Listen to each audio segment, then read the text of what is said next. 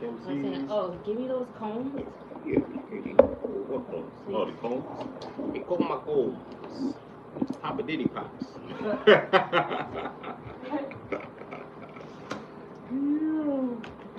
Alright, we live, yo. You gotta move over, son. It's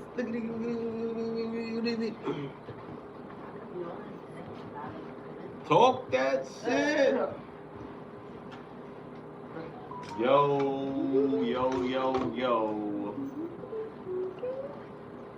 Welcome. Glad to call it blood clots. Vibes Cartel is free. Buju Banton can tour America. What else is there? It's a lot of stuff that's in. Whose order is this? That was already on the table. Yeah, that's all. It was. That's I got some in the refrigerator, but it's not about it. I had to pour you some in the cup. And it's not out the sink. It's just in the jug. We gotta ask black folks Now me. if they water came from the sink, because they think it's the same shit. But I'm here to tell you, Now me, I'm informed. it's most definitely not. Don't gaslight me Why you doing that? with your faucet waters, because you'll be upset. It's My response. not bubble Get it. Make it fit. Like Smokey Moms would say. I'll make it fit. Make it enough.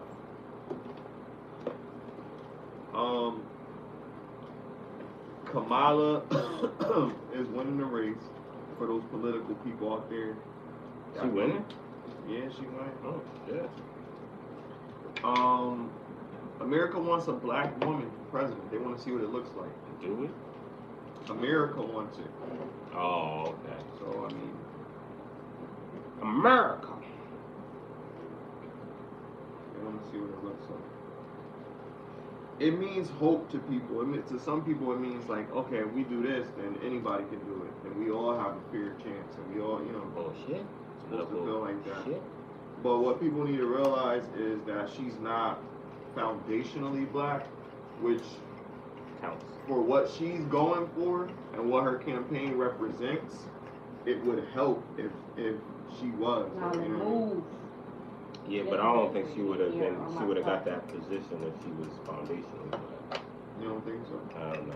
Because even Obama wasn't really foundationally Unless Because black. they think that foundationally black is gonna try to let everybody else in. I mean, foundationally black is gonna help black people, and they don't want that. Unless Whoever Ben they Carson ain't helping black people. Ben Carson ain't foundational. Unless you stuck in The reason why I say or bending over. exactly. The reason why I say he's not foundationally black is because what I consider foundationally black is It's not people. what you consider. That's what all I'm saying is what I She's consider. not black, right? first of all. They said her parent is Indian. Her and father is Jamaican. That's black. Oh, so she lied then, because she was That's going black. around telling everybody that she's Indian. Yeah, when she but first again, started, she her- was only claiming her Indian heritage. Her parents, or not her parents, but her father's side is pretty upset with her because she went on record. Basically, they were trying to say that she was against weed, smoking weed and shit. She was like, but half of my family smoke weed and blah, blah, blah. And then they made a whole statement like, yo, we resent that. We worked too hard to establish ourselves and establish her, for her to just call us negatively in that stereotypical light. And I was like, yo, Her father is a Harvard nigga. that's what I'm saying. So once I seen that, you could already tell there is a disconnect from her father's relationship with her mother's relationship. And that counts because guess what? If you think she considers herself black and her only black member is her father and she's not cool with her father, or she don't respect her father enough to be like, oh look, I'm not gonna paint them in a bad light and say that they are the stereotype, then that shows that she don't have that connection to her, that side of her family. You see what I'm saying? So why are we saying, why are we congratulating her for being black if it's clear that she don't even really fuck with that side Well, of her black family? people fuck with black people. That's the way it's supposed to be. It's supposed to be, but she So don't really that's fuck the with thing. us. But that's To be the thing. honest So with like, you. supposedly, and she don't fuck with the side now, that is considered black. So if she don't fuck with us, it's like Doja Cat. She's doing a good reverse fucking Uno card because now she got Megan Thee Stallion on her shit. Quavo, she's saying, I never said I wasn't black. I never, you know what I mean? All this other shit. Yeah, we know. The woman power shit, like, it is what it is. Like, that's really what it is. That's what's, like, waving and shit. I don't give a fuck if you black. I really would love a black person to be whatever. In charge. But I want him to be for the right reasons. If Martin Luther King ran for president, hell yeah, I would vote for that motherfucker. You know what I mean? Because what he stood for was the right shit for our people. You know what I mean? But a lot of people got the wrong reasons. Like, yeah, I want reparations for us, but not for the wrong reasons. You know what I mean? Like, a lot of people just think like, yo, we just need money. Like, nah, what you gonna do with that shit? You know what I mean? Like, that's important to me. And then she said she wasn't with reparations. So nobody that's not foundationally black is gonna be like, yo, we don't deserve anything. Because if you think your family was on a plantation or some shit like that, you feel like you do deserve some shit. And Carson don't feel like Carson don't feel like we deserve reparations. Ben Carson is a confused motherfucker, and foundationally black though. He is foundationally black. I'll get back to him because that kind of moves it a little bit. But for him, it's different because he actually is a black person. You know what I mean? That was raised, born here, was in poverty and all that other shit. I mean, if you watch the movie, it's a lot of shit. The thing about him is he's what a lot of black people that live here are. And a lot of black people that become successful, they turn their back on where they came from. And the reason that they do is because it's easier to be with them than against them. You feel me?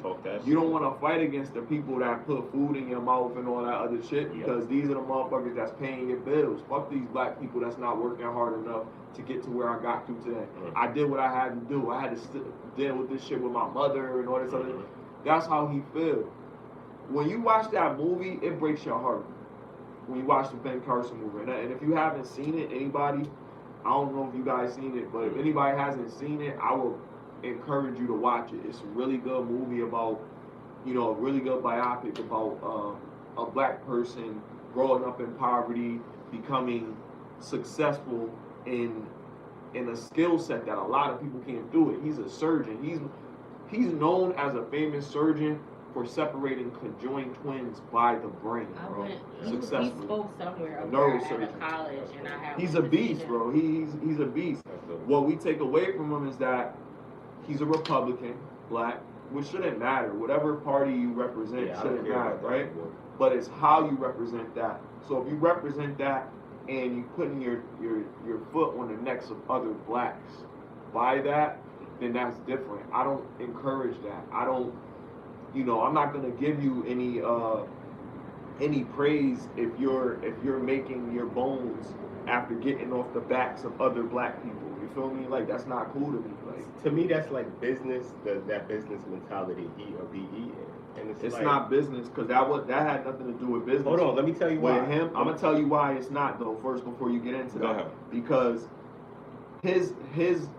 And I'm saying politics. Right. That's what I'm saying specifically. Well, politics. I'm saying politics is like business. But about him, talking about him, he's not a politician, but what he speaks about. Who, Ben Carson? Ben Carson. Yes, he is. What he speaks about is going to be something that everybody is going to resonate with, or everybody is going to be like, oh yeah, well, he's a black, he supports this, he's a doctor, right? So this doctor is, represents certain individuals for a certain culture type, but he doesn't speak for all black people because of how he feels about black people that don't move to a certain place in life. I respect what he's done with his life and how he's progressed, and he's something that I would say to my kids, hey, if you want to be a doctor, be a Ben Carson as far as his achievements, but don't be like him, the character that he has and the resentment that he has towards his people. I agree. You know what I mean? But as far as, the political side, I feel like the reason why it's hard for black people to resonate with politics is because we've been done dirty for so long. Like whether it's the Democrats or whether it's the Republicans, we felt like we're getting the short end of the stick, so to speak. You see what I'm saying? And I feel like politics in general is very close in business mind nature, because you have to do what you have to do to get the job done, and it's in the benefit of yourself over the people. Like, you see what I'm saying? The best politicians have the most influence and the least pushback, right? Whether or not they're doing what they're supposed to be, the best politicians have the most influence and the least pushback. And business is the same thing. It's like the best business have the most consumers and the least brave reviews or whatever. You see what I'm saying? It's like, yo, the problem is we don't feel like the people politically represent the people publicly. Just like the businesses, right? We respect the mama pops, but it's not like the mama pops don't have chains like all these other businesses, so it's gonna be different, right? Just like you respect the underdog in the society, we want the people that work hard, regardless if they work hard, they deserve something, regardless of their race or whatever, they deserve something in this country, right? But a lot of times, that person gets shitted on politically. And it's in the benefit of the politicians to make sure that person works hard, and then we take away his fucking Social Security later. Or we'll take away promises that he was gonna get more money and shit. You see what I'm saying? Like, we know it's a scam, but I think the government needs to do a better job on making it so obvious that it's a scam. Because now it's pretty much obvious. And like, I think you were saying this shit last week where Trump basically said, yo, after you vote for me, you don't have to vote for no more. I think it's gonna really get there. I don't know how it's gonna get there. I'm not gonna speculate. I'm not gonna put no conspiracies, but I believe that we're gonna get to a point where nobody's gonna vote, because everybody's gonna be like, something happened that made it seem like, yo, we finally know this shit is a sham. We finally know, like everybody. It's gonna be white people, black people, Democrats, Republicans. It's gonna be like, yo, this shit is fake. So why should we do shit no more? Like the whole voting shit, like people like, yo, we should vote for Kamala, whatever. But my whole thing is like, when we put our faith in somebody because they're black, right? Yeah, that's bullshit. They gotta be qualified. The whole thing, like, cause remember, Jesse Jackson ran for president. Jesse was not a good person. Remember he said about Obama? When they had the camera on that nigga, it was like he was trying to rip off his balls or some shit like that. I was like, yo, what the fuck? Like, so this is how you talk when you don't think the cameras is on? Yes, I think if a black person that is allegedly on the same side of you, he was a Democrat too, and he is filmed like unknowingly saying some shit like that, I think it's worse. It's like, it's worse. Like, nigga, if he was the president, imagine the shit that he would have did that we didn't know about. Just, you know what I mean? Because it's like, yo, you need to know basis. Here's the problem with black people.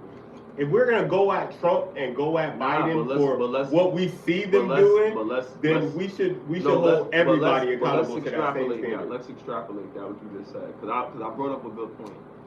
Jesse Jackson in 1980 something or other was trying to run for president, right?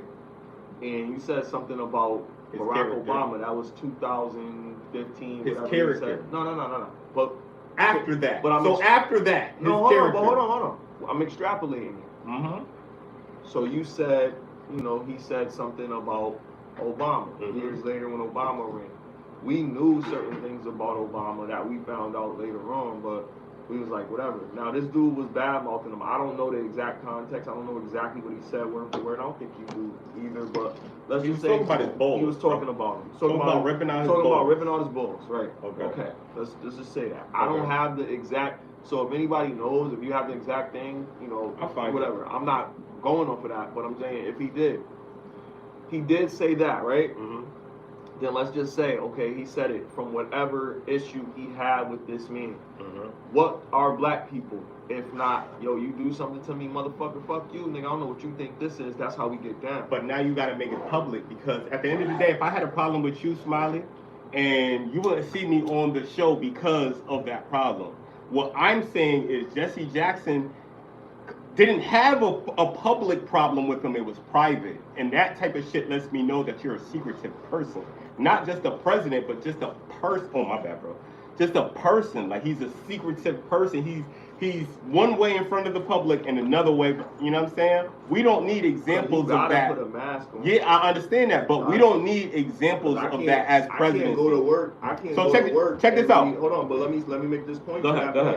I can't go to work and like really portray the person that I am outside of work. Not saying like I'm just like terrible guy that's doing crazy shit. That's true. But there's some it's things not appropriate that exactly it's not appropriate to my setting. So hold on. Okay, go ahead. So whatever I say off the camera, a lot of times when you say something off the camera and you're on a certain level, you say something off the camera and you say off the record, they might be like, oh, this is my big break. It's clickbait. You know what I mean? So they'll click what they want. Now, he said whatever he said, but he was saying that in confidence probably because he probably didn't think it was going to get out. Don't we all have something that we probably say about somebody or whatever that we probably don't want them to hear? Like, we do that. That's a human being. That's not, it's nothing wrong with that. But if somebody's saying something about somebody that you have favor for, you're going to feel some type of way. Well, everybody didn't like Barack. A lot of people didn't like him. So there's people that didn't like him that were black. There's people that didn't like him that were white. And they probably said shit about him. Oh, well, this shit gets leaked. Now we got a bad face about Jesse Jackson, one of our few black people that ran for president that tried to stand up for us at one point in history. We're going to hold that against him because he said some shit about another man. Whatever he said about his boy, I don't give a fuck. He said something about another man, so now we gonna hold this nigga like that because he said something in confidence and that shit got exploited. I feel like he's doing a normal fucking thing. You saw somebody do something regular, and that's why we probably voting for Trump, right? Because he doing shit that's real. Whether we catch it off whatever, we're catching him doing real shit, talking on Twitter, having arguments with world leaders and shit in other countries and shit. We ain't never seen a nigga get out of character like that, but we see this nigga doing it, you know what I mean? So that's my point. At the end of the day, if we see somebody being real and they're getting caught and exposed, but they're like, fuck it, that's different from a nigga that is doing shit, hiding that shit, and then when the camera's on, oh, I didn't do that. I didn't, you know what I'm saying? That's what I feel like the Democrats is their problem is we know that there is a secret agenda that they don't really fuck with black people in general. Right? But we also know that they cater to us for our votes. You see what I'm saying? But when you say hold on, let me cook. Let me cook. I'm gonna let you cook. Nah, hold on, bro. But when you say Democrat, let me finish this. Let me finish this. So at the end of the day, Jesse Jackson ran under Democrat. Yeah, so I'm not gonna sit here and say, don't just say that. I'm not gonna say he ran independent. I'm gonna say he ran under Democrats. Because that's what black people. So my point was, at the end of the day, if you're in support of somebody in the public, right, and then you switch up and you get caught, not. Oh, you came out and you said, look, I don't like this dude's policy. That's the real shit to say. That's the type of shit that Trump would do. I'm not, caping for Trump. I'm just saying, like you said, people resonate with Trump because he's doing more realistic things than the parties previously. And that's my point with Jesse Jackson. It's like Jesse Jackson, Al Sharpton, a lot of these dudes had their opportunity to do whatever they were going to do politically. But you know what happened? What happened is they get caught up in the secrecy of, hey, I fuck with you. Exactly. They get caught up for the money. But why is that? Because at the end of the day, it's not about us. It's about the money. Why would you want a Jesse Jackson? Dig deeper. Because you go deep. Listen to what I'm saying. Deeper. Why? Dig deep. Okay. Some people are going to sell out for their money. And why? Because they don't care about us. Why? Because money is more important to them. Why? Because money is more important to them. I want to hear you say something. Smiley. I want to hear you say Smiley. Why? At the end of the day, if the narrative is I want money over my principles, then you're gonna do whatever over money over your principles. You're not saying that. Listen to what I'm saying, I'm because you're listening for something, and I'm trying to teach people that if you have people, right? If you have people voting for a presidency, then characteristics of that person counts. This is what I'm trying to say. So at the end of the day, if you see the characteristics of a person that is secretive compared to the characteristic of a person that might say some foul shit, but guess what? He said it, and he gonna stand on what he said.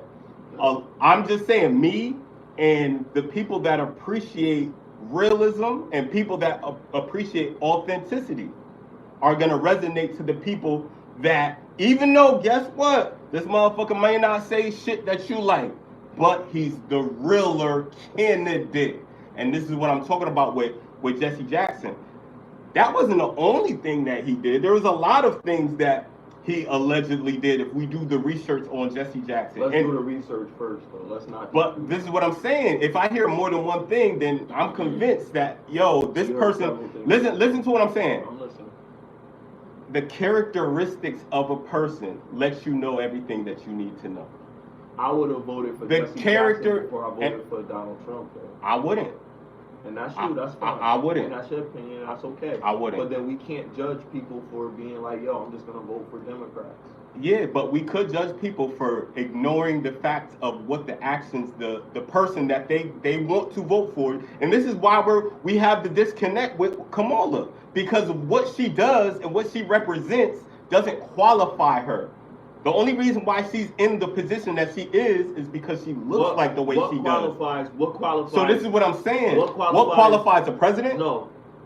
What qualifies what? What qualifies a foundationally black American?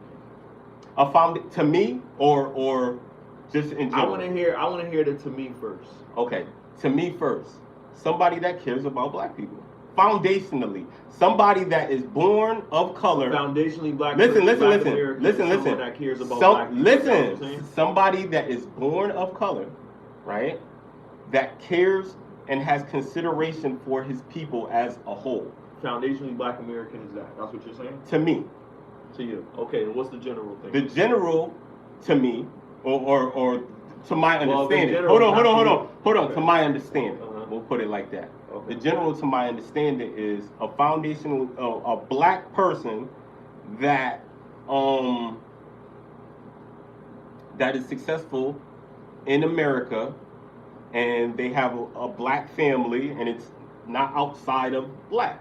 So basically, just the image of being black is foundationally black. No. So why isn't it that? Explain that. A foundationally black American is. Doesn't mean you were born up here. You're a part of the culture in America. Thank you. But you could be white. No. So foundationally is you have to be black, right? Hold on. So that's what I said. Pause for a second. Say that again. What is a foundationally black American here? A black person that was born in the U.S. and that grew up in the culture of the United States. Oh, so the culture is important because some people didn't grow up in the culture. That's what foundational means, referring to the U.S. The foundation of U.S. So you're saying there's a culture of black people, right? That's what the definition is. I'll explain that more in depth, what that means. No, I'm just saying there's culture in foundational black people is what you're saying. Both of y'all saying. The term foundationally black American. Mm-hmm. All right. I mean, all of that the together. foundation, not just root, foundationally black or just foundationally American. But isn't the root of black people Africa? American. Listen. Foundationally black American and foundationally black American. Foundational if you're not. So let's break down foundationally black American. If you're not born in the basis. Those three words are one thing. It means you have to be born up here. That's why there's those three words. It has nothing to do with African or none of that. So Africans aren't foundationally black. Whoever is foundationally black American. Smiley, answer that question. Not black American. Born in America. Foundationally black. Wasn't born in America. Yes. And so foundationally black American is what y'all saying. That's what it is. Okay. That's the whole. No. Y'all said foundationally black. Foundationally. You didn't say foundational. No, I didn't hear American. You said the letter. Now that I'm saying Say it again. That's what the phrase is. You don't hear them saying FBA. I didn't hear the phrase. I heard foundationally black. I didn't hear American. Listen, but now that I hear American. So listen. So I heard what your general basis of it is, and I'm gonna tell you based on what the actual meaning of it is, I'm gonna explain what that means. So that's for people that don't know. Anybody that was born here and maybe your parents were slaves in Virginia, or your parents were slaves in some part of Southern America, right? That would make you foundationally black through lineage, through generational whatever. Foundationally black America. The 400 years of oppression and slavery and all that shit that your family had to endure generations ago, right? That would make you foundationally black. Now, there are people that came from other cultures that were also foundationally black. It could have been some Jamaican people. It could have been some Haitian people. Whoever were brought here that were actually slaves. Of African descent. They could be of African descent, correct? So that sounds foundational to me. No, listen to me. Let me finish. The people that were brought over here from other countries and their lineage was raised here are foundationally because they were born in this country during that period of time. So their family had to endure whatever they had to endure, plus they were born on the land. So they are foundationally black. The foundation is the United States of America, not wherever you came from. It's this country.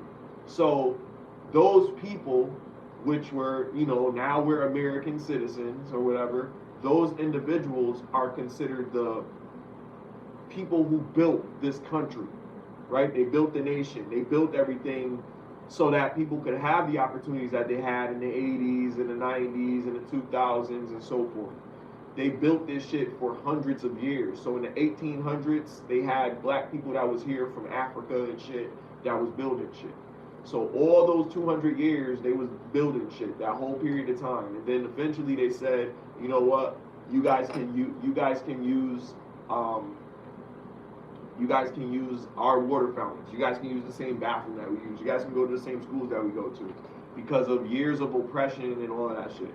So what we talk about when we say foundationally black or FBA, when Tariq Nasheed and others are referring to, are the people that have some birthright in this country and deserve those reparations that we talk about. People that worked hard when they came here and didn't have to go through those struggles, they appreciate the opportunities that this country has given them. But the opportunities that you have from this country when you came in those times were based off of the abuse that we had to endure. And I'm saying we because I am a foundationally black American, but I also understand everybody else that helped. Like, there was different cultures and different other African Americans that were a part of the Black Panther Party, not necessarily foundationally black, but they helped. They helped the cause, and they felt what we felt. They thought it was unjust, even though they came here for a better life as well or whatever.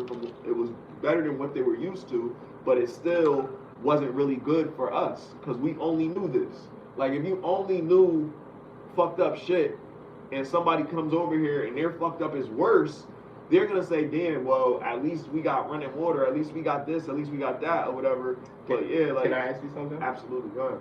So what about a child that was born from a black father and a white mother that marries a black woman? Is he a foundationally black? Is that a foundationally black family? The black kid was born in the U.S. Yep. With the black father that was born in the U.S. Black father, white mother. The black father was born in the And then he chooses to have a black wife, and they have black children. Are they foundationally black? Is that a foundationally black family? Okay. So the black father, it's a biracial family, and they have a biracial son, but the biracial son decides to have a black wife and continue his legacy. It's his black. family. So they're going to be They're more going black. They're going to be more black, but more black. But what makes them hold on. It means you were born up here and you're black. That's all it means. So they are foundationally. It's foundationally black. If the father, the grandfather, was born here and he's foundationally black. Yeah, because it's the father. Okay. You know what I mean? It's not about him having sex with a white woman and having a biracial child. It's about the father being born foundationally in America. He deserves all those privileges. He may be a bit fucking confused or whatever the fuck you want to call it, whatever, because he's, you know, swirling a little bit. But that's his preference. So Obama is foundationally black. If his father is from Africa, from here, you know what I mean? If his father, but he was born. But I'm saying him specifically, he was born here though. His shit got so many holes. His father supposedly was black, but they don't know who the fuck his father is, and they said he was raised by Lolo Sotoro. Yeah. You know what I mean? So who the fuck knows? Like, you know what I mean about him? I would say if his father was, you know, a slave and all that other shit, well, not a slave, but his great grandfather was a slave in Virginia or some shit, and he decided he wanted to be in the army. He's straight African. That's what I'm saying. Foundationally black is you were born here. So he was born here though. He's foundationally black when his roots are from like America, bro. Family, so your family has to be from you gotta be from America. Your foundation. You came from your foundation is from America. It's hard. When y'all say foundation, it's not like people that you never met, your dead relatives. No, I understand that. Years ago. I understand that. But what I'm saying is it's hard. It's so confusing because y'all are taking Africa out of foundation and saying that America is the foundation. And if America is the foundation, then the native would be black. If America is the foundation, you had to be born here and you're of color, then by what y'all saying, the Native Americans should be considered black. You gotta let me talk. Just look it maybe the because that's no. I'm just saying the definition of foundation to me is the start. I understand what you're saying. You know what I mean? But that's not what it means. And if we didn't start here, that's not what it means. All I'm saying is, I understand what you're saying. But that's not what it means. If the foundation means the basis or the beginning or foundationally how black it started. American means foundationally black American. You're breaking down each word in the whole shit. Listen. I agree. Something. I agree that foundationally black American and what that consists of. What I'm confused about is if you're saying foundationally black American, what makes us black is the African. So when y'all take out African, it confuses me because it's like foundational. Hold on, let me just get off this thought. America. Let me just get off this thought. Foundationally black Chinese, bro. Foundationally black Australia. But this is foundationally black Antarctica. Exactly, right? Exactly. You have to be specific. I did. So at the end of the day, if you say foundationally black Asian, hold on. If you say foundationally Asian, then guess what? You have Asian lineage. Hold on. If you say foundationally Irish, then guess what? Irish is your root. So if you're saying American, if you're saying black is not a color though, bro. It's a shade. Black is your color. Black is not a color. It's a shade. At the end of the day, the African is the basis. Black is your color. Just like the Asian, China would be African. Listen. What up? Foundational black American and ideology and movement he founded. Well, he is which is defined as any person classified as black who can trace their bloodline lineage back to the American system of slavery. Okay. That's what I said the whole time. What I'm saying is, if you're saying anybody that's black, that's Africans too. So hold on. Peep game. Slave. So Native. It's not just anybody. Native Americans from America. A slave from America. Native Americans were slaves. We don't know. We was here. We do fucking know. So no Native Americans were. You can say no Native white. Listen to what I'm saying. Exactly, and you're gonna trace that lineage to Europe. It just means you're not gonna hold on. Majority of your family, at least 3 generations. I agree with you're saying. I'm not saying that y'all wrong. I'm saying at the end of the day, if we're talking about foundation is the basis. So if this is what the definition is. I'm not mad at that, and I'm not disagreeing with the fucking definition. All I'm saying is, at the end of the day, if you're a black person, your foundation is Africa. It's not really America. You might have been born in America. You might have went through slavery, and everything that y'all saying is true. And I'm not mad at that. But what I'm saying, listen, I'm not mad at that. I'm just saying. I just want the people to understand that if you're Black American, you can't take away African from that equation, because you wouldn't be Black American without being African descent. That's all I'm saying. I want them to understand. But we're not talking about ethnicity. We're not talking about we're that. talking about color. Am I talking about ethnicity? Just like white people. Hold on. Could be white, but they could be. Hold on. Something they could be from another country. If we're talking about color, we're not gonna say Native Americans don't be dark or can't be considered Black. We're not gonna say that at the end of the day, because we didn't say that. We said she said we're talking about color. How are we not talking about color if the same color? But if they're Black American, they have what descent, bro? Is African, slavery, Africa.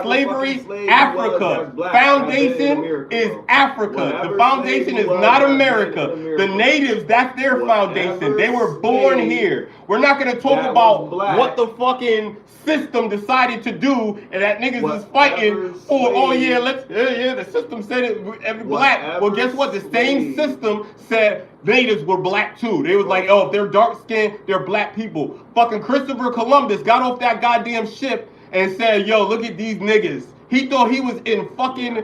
He thought he was in India or some shit. He thought they was niggas.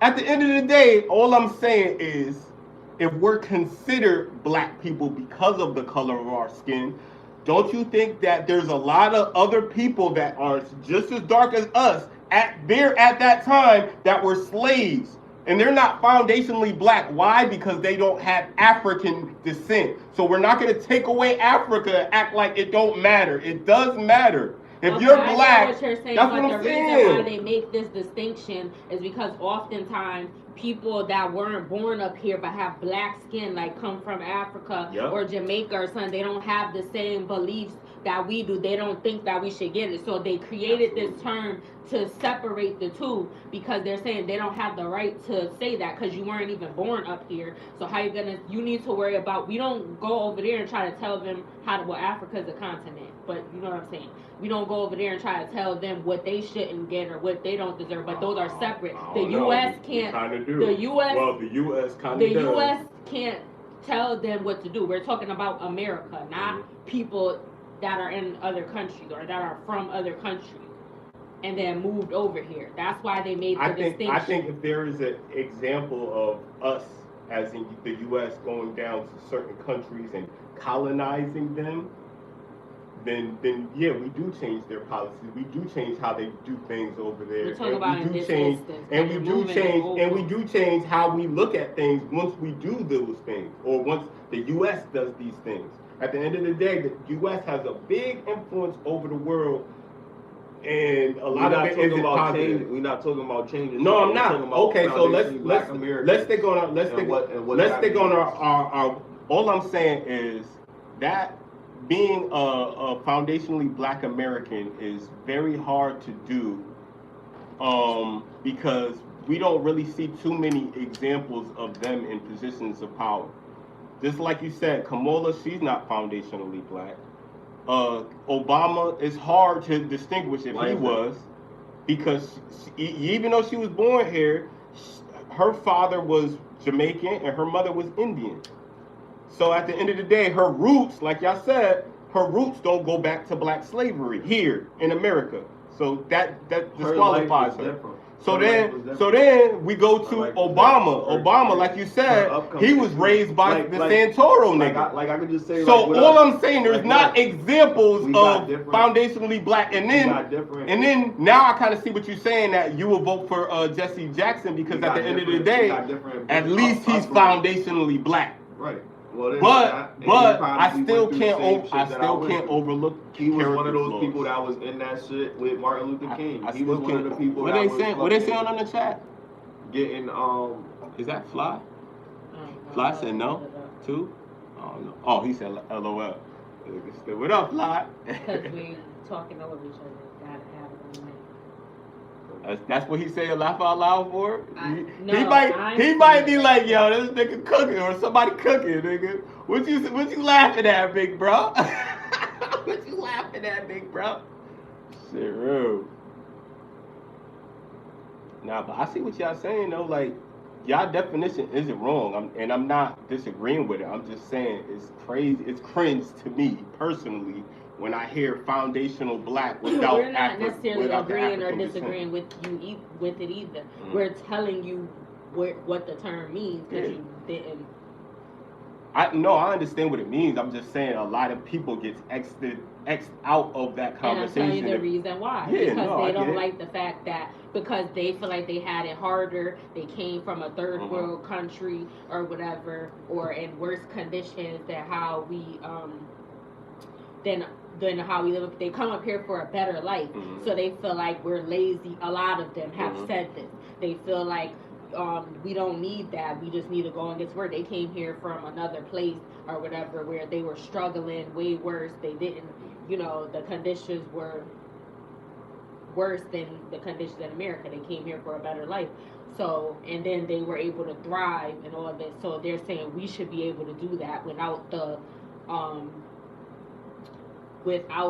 help of the reparations. They're saying we don't need that. We need to just go to work.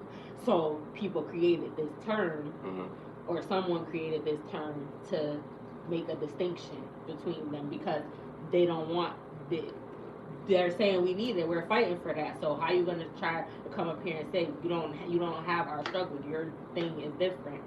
Like, and we don't go down, or we as people, we're not talking about the government or the president. We as people don't speak, or you shouldn't be speaking on another country or another continent or something with black people and how their stuff should be ran or whatever, and speak out on it publicly. So why do you have the right to say that? Even though you live up here now, this is not where you were born.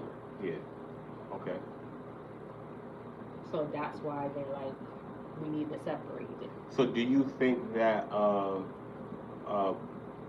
black people that were, what's the term? I don't want to fuck it up. Foundation You said Black laughing American. at y'all back and forth. Y'all getting deep though. You took that shit. Appreciate you. You already know. Thank you for tuning in. You said black what? Foundationally Black Okay. American. We didn't even say. All right. Thank you for tuning in. Oh, I thought you left that in the comments. Of Getting Listed. Hit the like button, share and subscribe, and hit the notification bell so you know the next time we post new content. Facts. And this is La Jefa, and we have CrisxmasOnDemand. SmileyJizzle. Yeah. What was you saying? Okay. So, do you think that the presidency should only pertain foundationally black Americans? No, it's only specific to this because they're saying they're making comments going against what we're trying to accomplish. I don't think that. No, I agree. I'm just asking you personally. No, aside from that, I don't care about it. Okay, no. Why don't you think it matters that? I don't think it matters because we shouldn't worry about what somebody look like for a president. But the reason I want a black person to be a president because it means an actual change, not like partially black or some shit like that. If you really put a real actual black motherfucker in there, you know he gonna try to help get a couple motherfuckers in there. He gonna do that. That's why I would vote for Kanye. Gonna do it. That's why I would vote for Kanye. I feel like a black person getting in there, as much bias, as much scrutiny you'll be, I don't give a fuck if it's Master P, anybody. I will vote for a black person to be the president because I want a real black person in there that understands what the fuck we had to go through. I'm talking about Kool-Aid with mad fucking sugar in that shit. Bro, that's why it matters. But that's why it matters because if you say it doesn't matter and then Kamala gets in there and then Kamala don't do shit for us specifically. Lying, talking about she but that's what I mean. That's what I mean. You don't think Obama was figure too? In the bathtub, niggas voted for Obama because he was black. That hard, she bro. said that? Yeah, she be lying, bro. She be lying. Not hard. Politicians, bro. Because they I had to make so many collard greens. Everybody wanted them. I ended up making them in the bathtub, washing them in the bathtub. Hell no. That's why I go. Lying. That's why I go so hard to say that. That ain't about hard. She just lazy. Check this out. She don't want to do it in batches and nasty. So check this out. That's why I go so hard. Got a ring around it. That's why I go so hard to say, you got that don't take apart the Africa, because that counts. You'll see the people that's really foundational, that's beneficial, because we're gonna add that in there. A lot of people are foundational, but they're not beneficial to black people. So at the end of the day, the people that's foundational and beneficial, I want those type of people to run the presidency. You should be selecting a candidate based off of beneficial. That's beneficial. If it's beneficial, that means their policies are beneficial to me. If that's beneficial, that means whatever they have on campaign is beneficial to me. That's why I said you got to add that beneficial. But like you said, the black, what is it? Black foundationally black people. Exactly, that's important too. They're all full of shit, and that's why I don't vote. And I am and people could say I'm a conspiracy theorist or whatever, but I think that whoever becomes the president is in their bloodline. I say this every time we talk about this topic, but I think it's in the bloodline. They're groomed from birth to become the next president. It's already set up, and our vote really. So you don't think Kamala gonna win then? Because that's not in her bloodline. To think that our vote counts, and they've already picked the person, and then when something goes wrong with the laws that they've already put in place before the president even gets elected or whatever, then they just blame the president. They're just a scapegoat for when things don't go. It could also be driven by agenda. I think it's easier to believe Trump is in their bloodline than what Kamala. I was saying, so based on what she's saying, I truly believe Trump is going to win based on what she's saying, because Kamala has Indian and Jamaican blood. I don't think that's in the bloodline. But also I was gonna say they gotta trust. They do have the agenda, but it has to be bloodline. You gotta be able to play ball. If you're not getting on your knees, then they want somebody that they can control. You know, Michael Jai White said he tried to be a cop before, and they told him his IQ was too high. Yeah. Why would you think they would say that? Because I know why. But because like go into that building even though that bomb's about to go off. Not even that is because there's more corruption, and he's at the stature, he could do something about that shit. Like, you know what I mean? And with a gun, nigga, he would be a goddamn fucking RoboCop, basically. But what I was gonna say is when you pick a candidate for president or when you're voting, it should be based off policy and how it benefits you, not because of the color of their skin. That could be that's a plus if you want somebody that looks like you up there, but it can't just be that. It has to be their policy too, if that align with your beliefs. If you're gonna vote and you take it seriously and you think it does matter, you gotta watch the debate. You gotta watch all of that in general, because a lot of people say that, like they be like, oh, that's why I'm voting for Kamala, or that's why they voted for Obama or whatever. And it's like, and I did that too with Obama. That was the last time I voted, because I just believe it's all because there's two different types. There's two different types of black people. There's but they still Martin cannot Luther King black people, and then there's the Malcolm X black. That's why I said it was beneficial to me. They still cannot have the same beliefs, even if they're different. Even foundationally black Americans have different views. That's what I'm saying. To me, based on what y'all say, I agree. But what I'm saying is, it's more beneficial to have Trump in office right now than Kamala. It's just, we've seen Trump in office for 4 years. All we know is based off of what we heard from Judge Joe Brown. We heard based off of people that know her better than we do, and we didn't hear good things. And we see her up here. Judge Joe Brown is a little biased, though. But listen to what I'm saying. Going in on everything. That motherfucker said she's a tramp. I was like, he sound like he got a problem with her. He call it how you see it. Mad because she turned him down. Judge Joe Brown call it how you see it. I believe he call it how you see it. Because he wasn't the only one that said that shit. She screwed her way to the top and she skipped him. So yeah, if he got a piece of that, he wouldn't have said nothing. Maybe. Because she would have came out, she was like, say it to my face. I don't know. Maybe. I don't know. Say it to my face. I agree with a lot of. It's just like the OGs. Like the OGs, they don't have time to sugarcoat shit. Like, remember Dick Gregory? He didn't have time to sugarcoat shit. Like, he would say some outlandish shit. One time he said, the hurricanes. The real reason why they start from where they start is they're following the slave trade. It's like the souls of the slaves, and that's why it always follows the slave trade. That's some deep Rafiki. Nigga! Do you think even if he's wrong, do you think he believed he was bullshitting? I don't. I think a lot of these OGs be talking like facts, and it's just up to us to really give them the benefit of the doubt, or just be like, ah, nah, they full of shit. That's the shit that they said in Black Panther, some shit like that. Bro, shit. They don't got no time to lie. That's why when I get older, that's exactly how I want to be. I don't want to have no fucking time to lie and shit. Like, let me just keep it all the way authentic. Cause what the fuck is the point? When you were young, you're trying to impress people. You're trying to do this.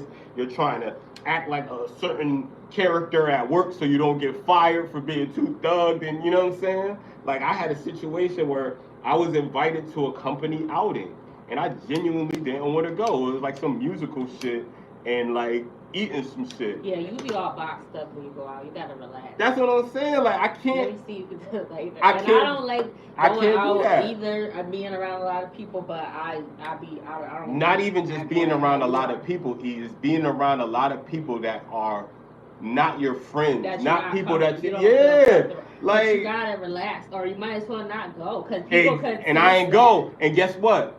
Because I ain't go, I got shit for that shit. It was like, oh, you want to come hang out with us and blah, blah. They gave me shit until the day of. They was like, sure you don't want to go? Like, yo, no, I don't want to go. How to, like, open up a little bit. It's not even open up. It is. Because you can tell how your posture, there's a difference. Your body language. There's a difference between opening up and protecting your.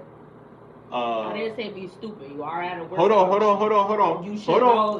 There's a line in between where you can relax. Check this out. Professional. Professional, but we're not talking about professional now because now it's outside of work. But it is professional. So hold on. So check this out. People from work. No, it's more personal now because it's outside of work. Yes, people from work, but we're in a public setting. So hold on. Before you answer, to me, if you have to force yourself to be how you are at work, then you should never be comfortable. You should be professional, like she said, but you should never be comfortable faking who you are to get money around people, especially in a setting where. You could have just. I mean, you didn't go. Yeah, so. No. What I'm saying is, if I went, I would have had to fake who I am, and I would have had to be like who I am at work. But I'm not like that. You see what I'm saying? And to me, I would rather not go than have to fake it in front of these people when I'm not getting. No. I'm saying it's not just fine. It's not just fine. You gotta look at it as, yo, he doesn't want to be fake off the clock because now it matters. Cause I view very highly of my time. So I'm like, I'm not just gonna do things that I'm not getting paid for and be comfortable doing it. Like, you see what I'm saying? So you're saying open up, and I'm saying I can't open up because I'm not getting paid to, and I can't be myself. So how can I open up when I'm not being myself in front of people that I don't know for real, and I don't really want to know? Oh, that's fine. No, it's deeper than not going. I'm just saying the reason why I didn't go is because you shouldn't have to put yourself in forced situations.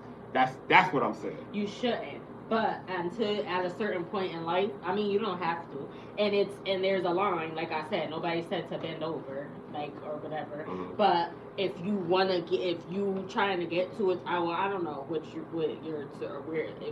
your accomplishment or what your goals in life or whatever. But just get the job, just to get money. Simple as that. I just want to get money for a time period until I can get money doing something else. But that's what I'm saying. Exactly. Can I say agree. How I feel? Go ahead. Sometimes you gotta pop out and show niggas.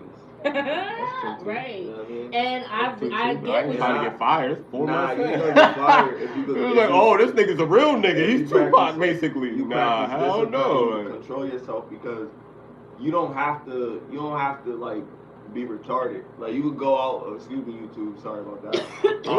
But you could go out and enjoy yourself, have a good time. Mm-hmm. You know what I mean? And you could be around different people. I've been around all different types of people. Asian, Indian. It's not the Jewish. people, bro. It's the setting. Hold on. I've been around different types of people, work related and non-work related, on a professional environment and outside of a professional environment. So I'm a social person. Either you're introvert, extrovert, whatever different type of person that you are. and that's fine. There's nothing wrong with declining the offer, but in some cultures, it's looked at as an insult to decline an offer where somebody's doing something for you. Like, damn, you can't control yourself. You can't, you know what I mean? Like, you got a secret, you know what I mean? Like, whatever. Like, I secretly like to, you know, fart in the bag and put it in people's clothes in the fucking closet or some shit. Like, I don't know. Like, you might like to do some wild shit that you don't want people to know about. But if I go out with, like, people that's at my job, the only reason that I don't go out with people at the job is because of them, not because of me. I can control myself. But then you see Fran, who couldn't wait to get out. She had too many wines. So now she wilding out. She fucking took her bra off. She's swinging it around because Beanie Pablo came on. You know what I mean? She bugging the fuck out. Like, you know what I mean? But that's not her character. But that don't mean you got wild out because Fran wilding. Fran gonna get fired. I don't think control is really the problem. I think the problem is you could ditch it. Hold on. I don't think control is the problem. I think the problem is forcing yourself into a situation that you don't want to be in. But I feel like you know what I'm saying? Like, since you're at the if I'm job not getting and you paid need for it for money, yeah, that's what I'm saying. Then you're not really in a position where you could, but you're not really in a position where, like, for example, Cameron, he don't give a fuck. Exactly. But he could do that. He don't have to force himself to do that. But we ain't there yet. So sometimes you gotta be uncomfortable. You gotta act like. And I'm not mad at that for value. But if it's no value, then now you're just doing stupid shit. Because at the end of the day, you're forcing yourself in a situation you don't want to be in, and it's no physical value, and all you want is physical value. My shit was value. It's like, yo, check. At the end of the day, I look at it like, before you work at any job, before you work at any. Let me just say this before you say that. It might. Okay, sometimes, depending on where you work or what you do and who's coming to that party, it could be valuable. You could use that as networking or something like that. There might be people that come there that you... I'm just saying, for example, so you can't just make that blanket statement. Maybe in your case... I'm just saying, I have to make a blanket statement. If you have a company party, I have to make a... Depending where you work, I have to make a general... Because if somebody's spitting game to you, or if you get contact and you're a rapper, like... You could, you probably shouldn't be soliciting that at your job or whatever. At my Christian job, but yeah, I'm soliciting my music mixtape. That's why I said you probably shouldn't. But I just use that as an example. Like if you're trying we gotta stick to me. We can't stick to generalizations. At the end of the day, I can't go there and spit my music. I won't even let them know I rap. So take that out. Or if you're trying to start a business one day, or you want to move up in the company because you want money, more money. Up could mean more money. Yeah, but or if you want, I don't want to do that. To start your own business or do something. I don't know what else you got going on. Anything. For example, anything that's gonna get me more money in my job is gonna take more time away from what I really want to do, and that's not the goal. The goal is to do what I want to do and get monetary, at least as much as I'm getting now, to finance. As long as you have to finance myself. That's you see what I'm saying? So to me, if I go, right, and I force myself to have a good time, and I force myself to be around people that I normally wouldn't be around, and I force myself to know that, I'm driving, I'm putting all this effort for people that I really don't care about, to be honest with you.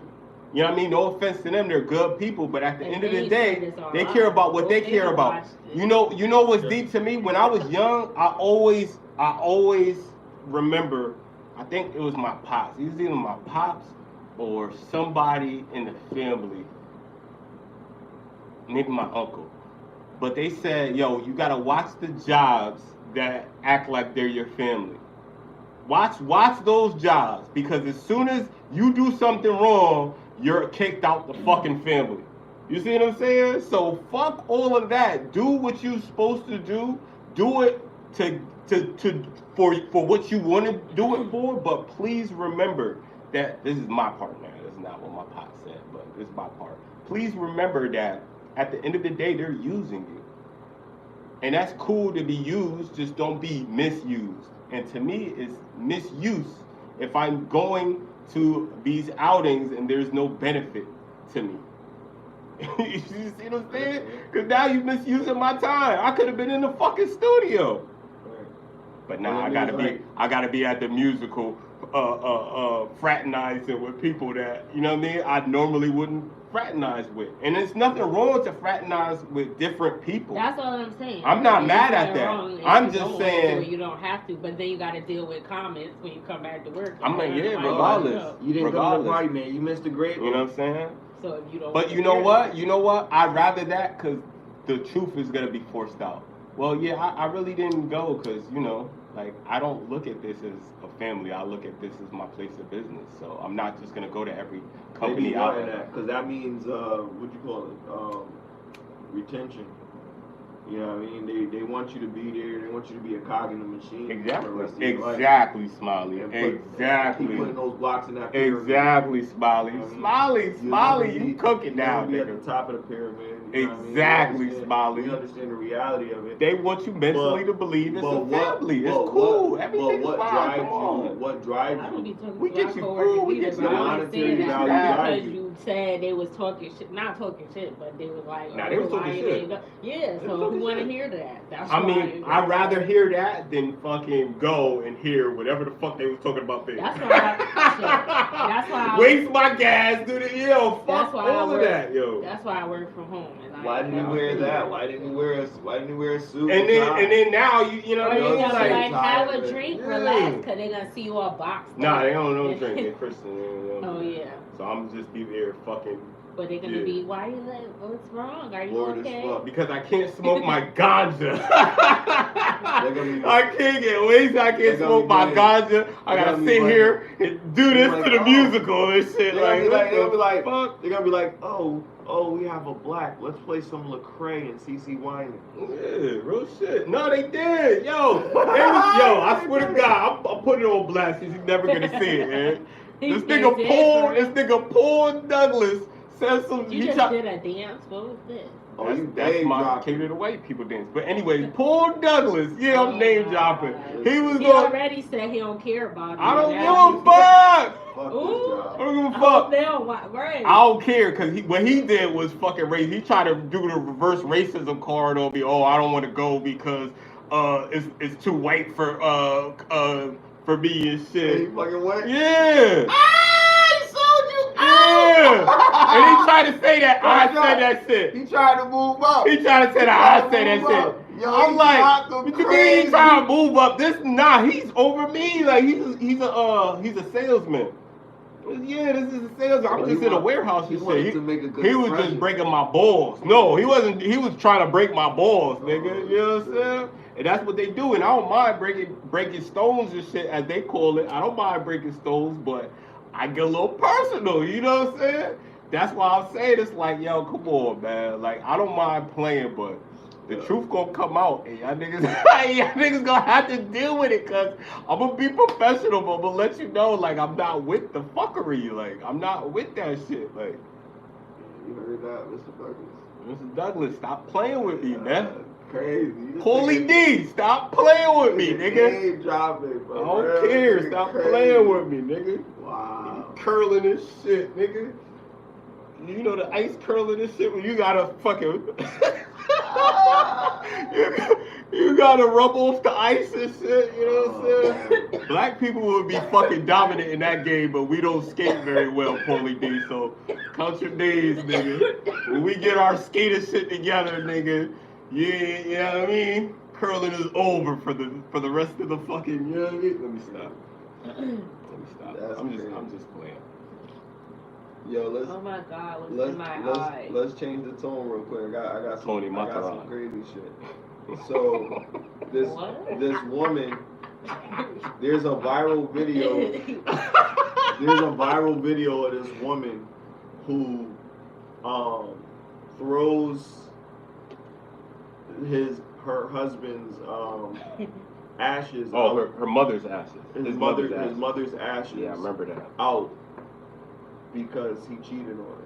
Mm-hmm. What does everybody think about that? Do you think that was like justifiable? Wait, like, why you said this lady threw out her boyfriend's ashes? Her husband's Because mother's ashes because he cheated on her. Do you think it was justified? No. He shouldn't have cheated on her. I think cheating verifies either you're gonna leave or work it out. And that's all it fucking dictates. Either you're gonna leave the situation or you're gonna work it out in that situation.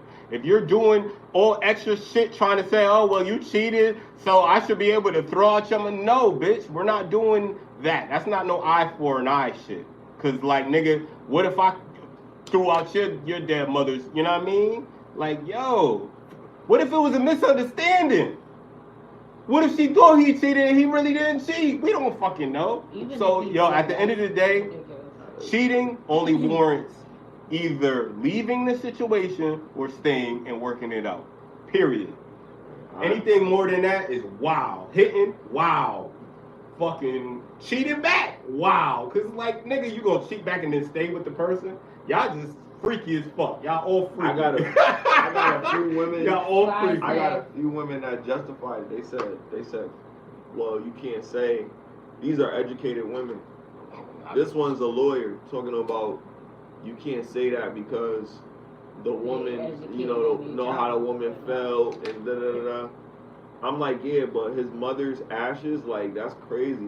She felt that bad, like, she wished his mother was dead. She's seeing it through technicalities and legally. I'm seeing it through morality. That's because they're at the end of the day, they don't have emotional intelligence. 100%. I was like, yo, how would you? OD just went mace on Paulie B. Right, yo, right. Because it's real, like, come on, bro. You coming at the only black guy for being racist because he ain't want to go to the fucking. Oh, he said that to you? Yeah, he said it. He was like, one of the other drivers was fucking going by, and he was like, oh yeah, Kareem said he didn't want to go to the. He said it like I said it. He was like, oh, Kareem said he didn't want to go to the outing because it's too white for him. That's what you said? That's what he said. I didn't say that shit. Yes. And you ain't go. And I ain't go. Nigga racist. That is why. This nigga racist. That's why I said the fuck I said. No, but that is why you ain't go. No, it's different. That's why. I told you why I didn't go. I told you why I didn't go. Why. I told you why I didn't go. I told you. Say it, but he I did say. I told you why I didn't go. Nigga. Sorry. Yo. I told you why I didn't go. But sorry. Back to it had nothing to do with white. It had to do with, at the end of the day, I don't like being forced into doing anything. Nothing. Yeah, that's fine. Nothing. You don't have to. You see what I'm saying? But I just wanted to read that comment because it was funny. It was hilarious. But back to the ashes. Yeah, that's cold-blooded. Absolutely. That's unacceptable. Now, what if he shot her and it was like, oh, well, it's equivalent. Like, then he wrong. Nah, we're not going tit for tat. At the end of the day, either you're going to deal with the nigga or you're not going to deal with the nigga. It's just dust now. I don't know.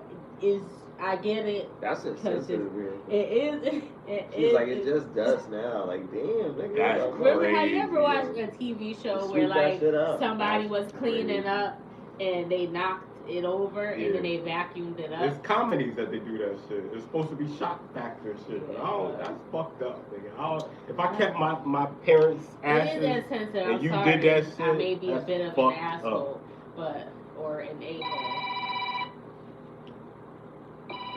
Sorry. Thanks. Hello? But yeah, man, that shit cold-blooded, bro. You don't do that to that man's ashes. I know he hurt you and you want to hurt him back. That's another thing. A lot of women are very tit for tat these days, and that's some masculine shit. Like, at the end of the day, if you're not as strong as this motherfucker, you're gonna go low blow this nigga or do something on an emotional scale value. That's not getting back. What that is creating more negativity in your life. Because now you're doing that to him, and where you think that energy is gonna come back? You don't think it's gonna come back? You think, oh, he's just gonna he did you wrong and you're gonna do him wrong and he's just gonna stop. That shit never fucking stop. That shit never stops until somebody says, look, I gotta be the bigger fucking person and stop playing these fucking games. You see what I'm saying?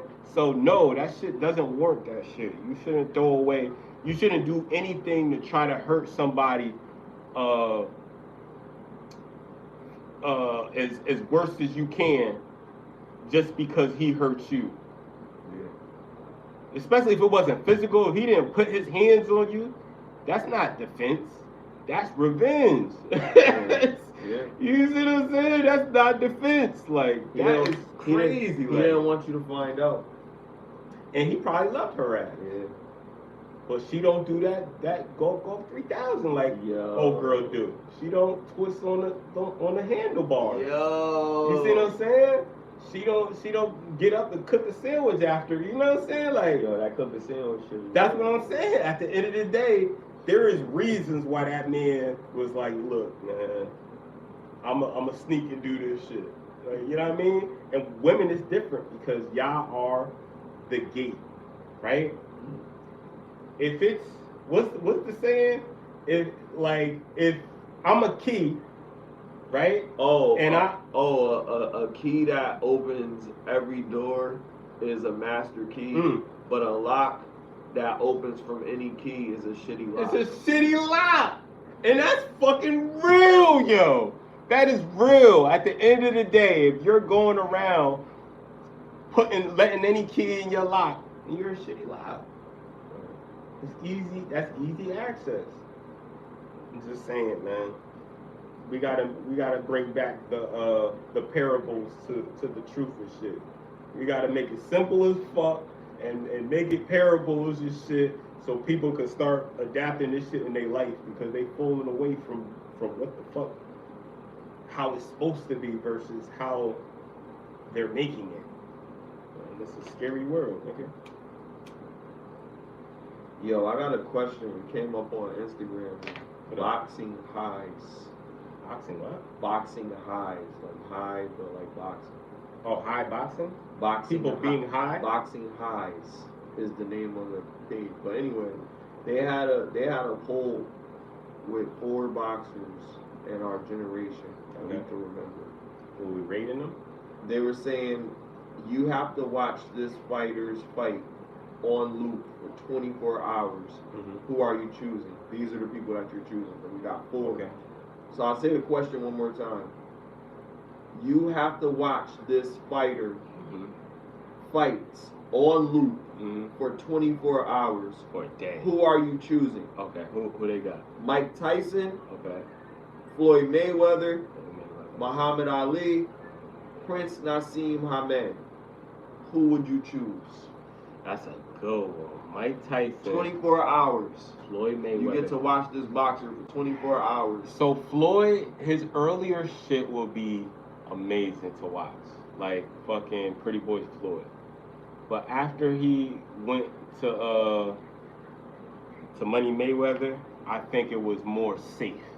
So a lot of his matches, so I'll take him out just because of he's still the greatest, but I feel like he's the greatest defensive fighter ever, period. Right? Then we'll go to Mike. Mike, you're gonna see some shit watching 24 hours of Mike footage, my nigga. You're gonna see niggas get knocked the fuck out. You're gonna see good boxing. You're gonna see technical skills. You're gonna see customado.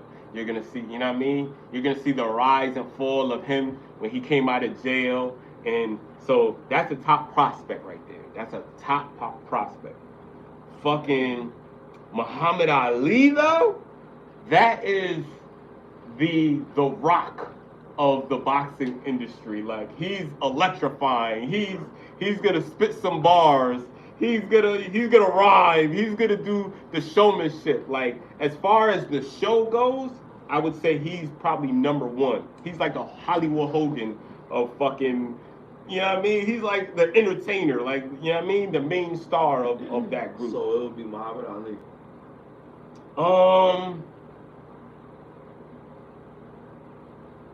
See, Muhammad isn't really, like, he'll knock niggas out, but he didn't fuck niggas up like Mike. So I think I like the rough, rugged, and raw Mike story versus the Michael Jackson superstar. I think the majority of people are probably gonna pick Mike Tyson and Muhammad Ali. I like Muhammad Ali. I like how he dances. It's captivating. Prince Nassim, you didn't say Prince Nassim. Prince Nassim is he's nice. He's nice. entertaining. He's nice too. He's nice too. But I don't think he's more entertaining than Muhammad, boxers. And I don't think he's more entertaining than Mike, to be honest with you. He is nice, but I just, as far as the entertainment, I think Mike and Muhammad definitely had the more entertaining matches and shit. I think. I can't even. What did Fly say in the comments? But yeah, definitely Mike. I don't know. I think you will learn more from Floyd. He's smart.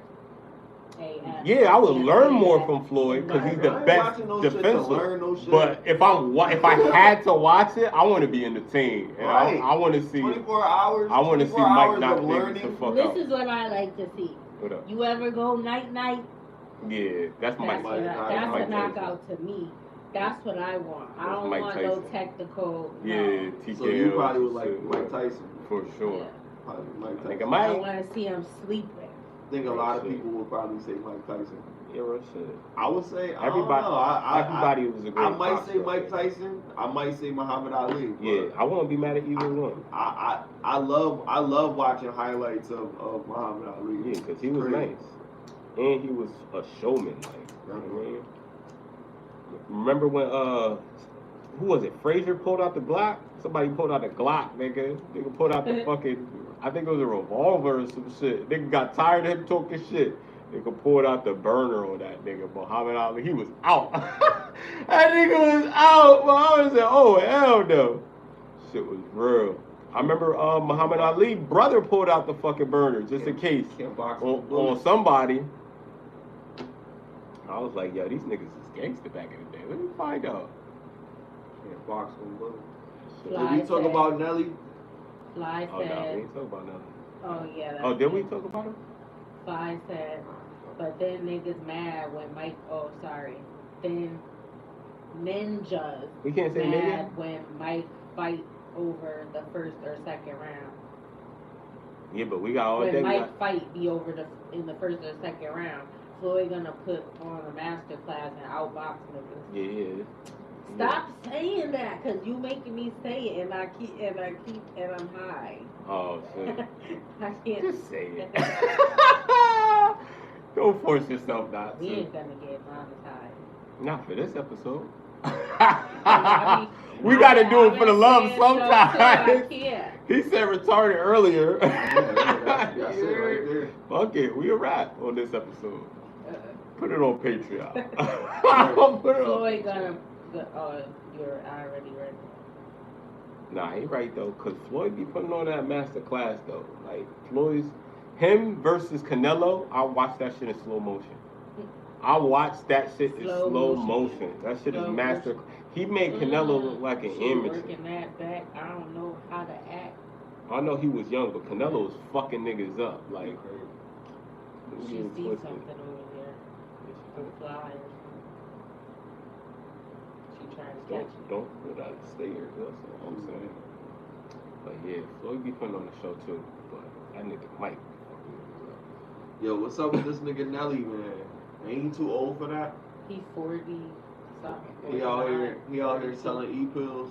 That's what's going on. I think he was doing it. That nigga Nelly.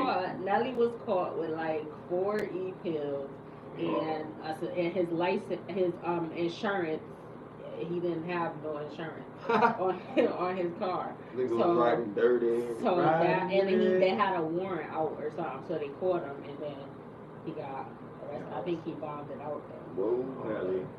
But he just gotta stop, you know what I mean, being so reckless. I know you got a baby on the way. Did the baby drop? I think she had the baby. Okay, yeah. Congratulations. Congratulations. That's what I'm saying. And they got married like 6 months ago. That's beautiful. I love black families. I want them to stay together.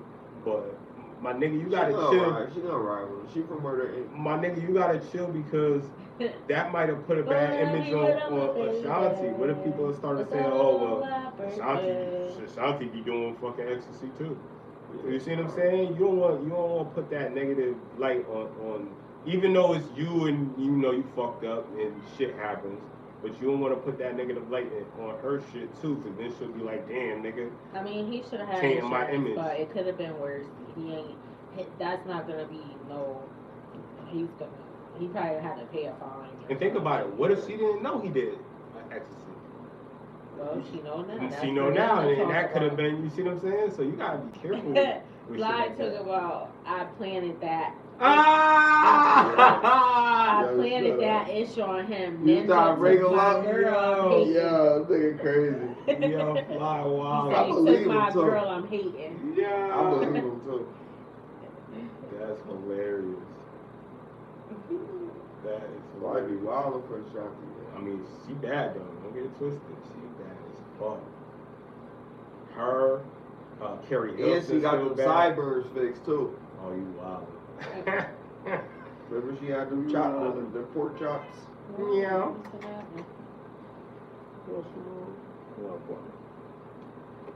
Yo, a dude got kicked out of a restaurant for having on a MAGA hat. Black and mad people walked out. Nah, it was a white guy. Mad people walked out. Because the guy told him he had to get out. Well, no, he didn't get kicked out. He had a choice. He gave him a choice. He said either take off the hat or get out. And Where was he he was at? like, he don't want to take his hat off. Where was he at? This He must have was been a at- Democrat country or state. What restaurant was this? Is it New York? Hold on, I'm clicking on the thing. Sound like Mass or fucking New England somewhere. Cause ain't no way they do that in Delaware. Ain't no way it's in the South. They ain't put their name in here.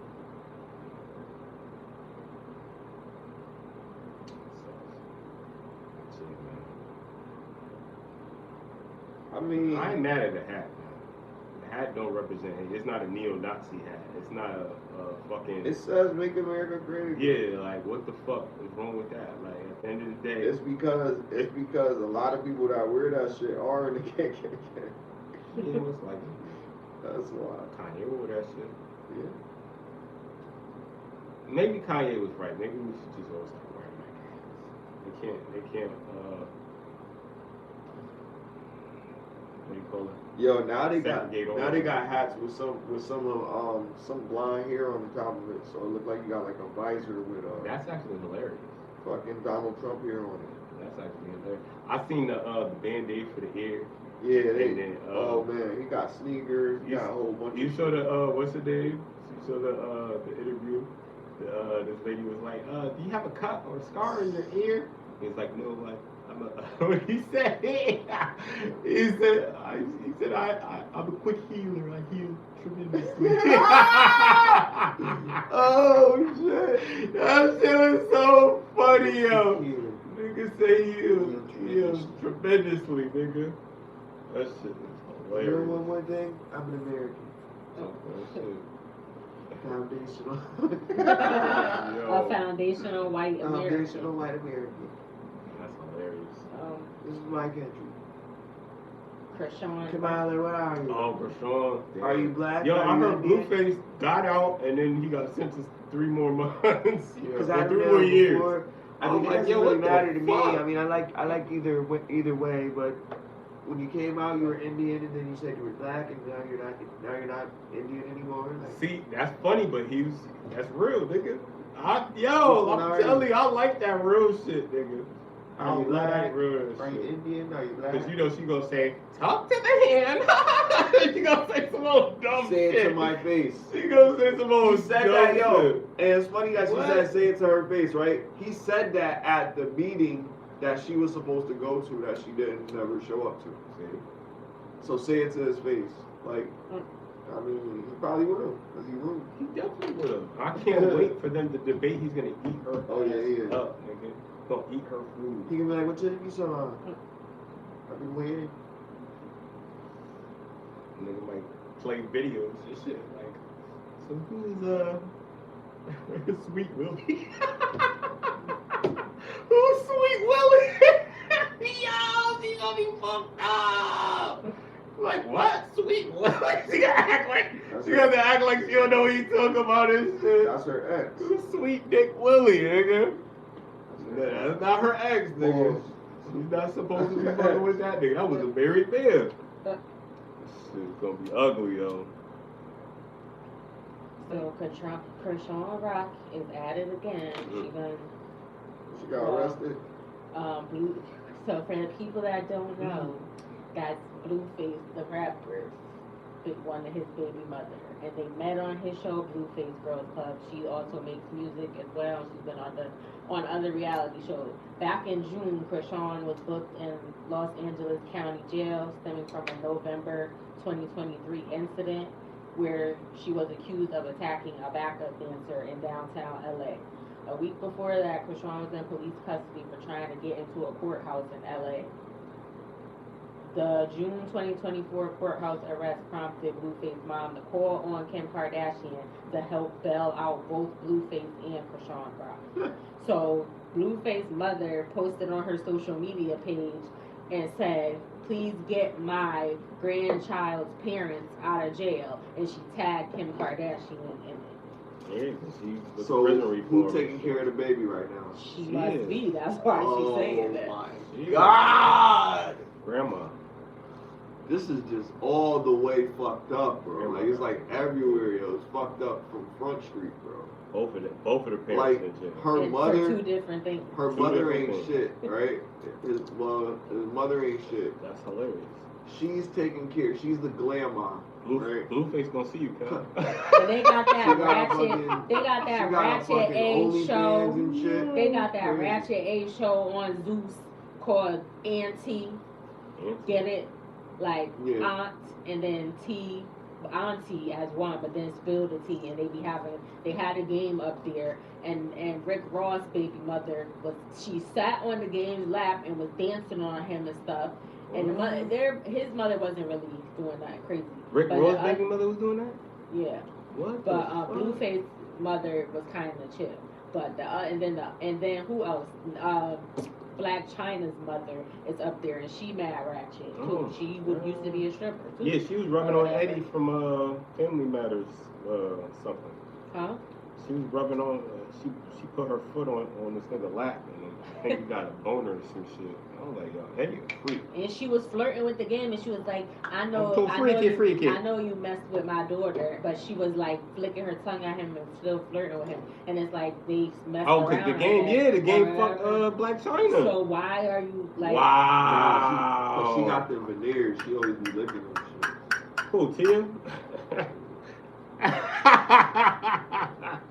Yo, that's funny as hell. Yo, that's No, I was funny talking as hell. about Black China mother. That's wild. Oh, her. She all made up too. You don't believe what Like Tia Lil' Kim. told me. You won't believe it, nigga. She looked crazy. Your whole career is She so walked out. She was doing way boring. too much. Officer Ricky. Both of them was. Officer Ricky. That was my shit.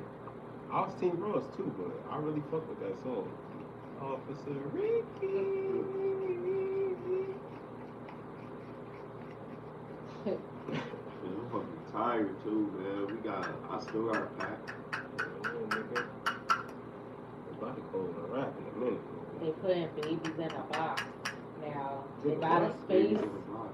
They they got. Well, sorry, this is not a laughing matter. Okay, It's not. This They is got- crazy. the government or whoever, these people. Let me find the post. Sorry. Them. They. Box for safely abandoning newborn babies. Oh my. What are your thoughts? Horrible. That's dehuman. That's Safe Haven it's not Crisis even Line. humanity. It got their number up there, and then it's a box. It looked like an oven, and then Probably they is. closed it up. How is the baby gonna breathe and stuff? Is what I'm. So there's somebody- it's ventilation 24 holes hours. in there. 24-hour collection, like they always get the babies.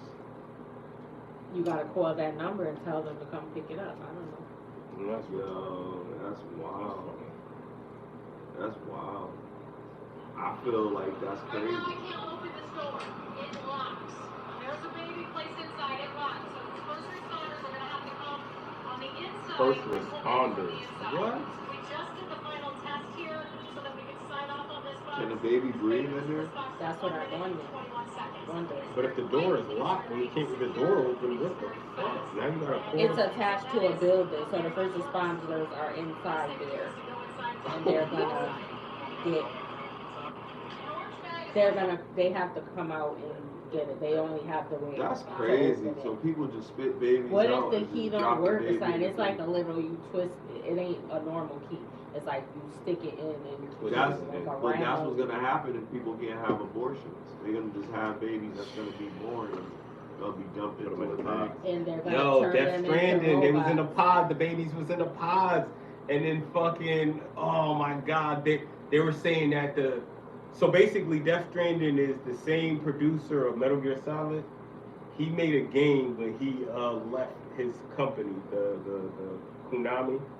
He left Konami and then he did his own thing. And Norman Reedus, who is in fucking The Walking Dead, plays the main character.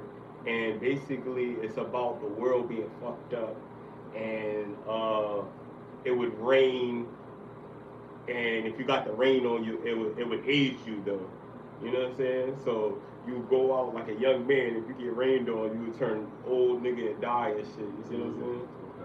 Okay. And there was like fucking basically the main idea is Norman Reedus would go and he would deliver shit to different people because he was immune to the rain and shit.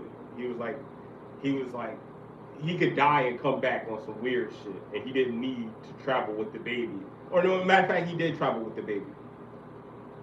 But babies in the game were like batteries, and they used them to basically say that a baby is so close to, because the baby is a new life, a baby was so close to the other side that it can basically sense the monsters that were coming out from the time storms and shit. I was like, nigga, that shit is crazy. Now we fucking put babies in pods like the game, nigga. What the fuck are they trying to tell us, yo? And then they're gonna turn them into robots. Oh, hell no. Not like control, like raise them how they want, put them in the system. Yeah, they gonna be the super soldiers. There probably is some program for like of super soldiers and shit like that, like tested babies and fucking hybrids of machines, and you know what I mean? Because they've been talking about RoboCop in the 80s and shit. You don't think they tried some real shit like that? I know they got the real Iron Man suit. So it's like, yo, why wouldn't they try human test subjects mixed with fucking machinery? Neuralink is that. That's just trying to modernize it, though. They're gonna have some shit with Keyword, bro. They're definitely gonna have some shit. Yeah, well. What y'all think about the It's Olympics? spooky out here. They got this like- artistic swimming. That is so dope. They were doing the moonwalk upside down in the water. They were holding their breath for mad long. You got the other red one? This one? Uh, Bro? Is it in your pocket? Nah, it's in here. Uh. What'd you say? They got the what?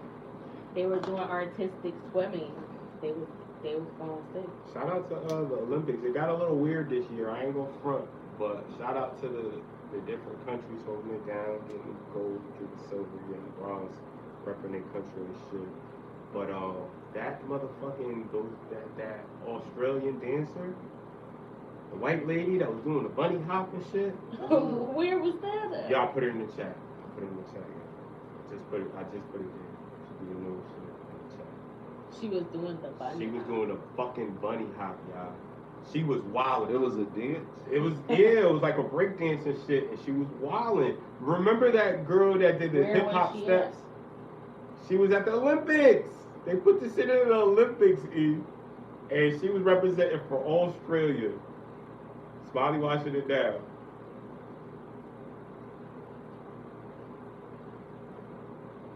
Yeah, she was wilding. She was like the hip hop lady. What? The one that said, Yeah. you gotta do this. Yeah. This is hip hop. She did the sprinkler. She did a sprinkler.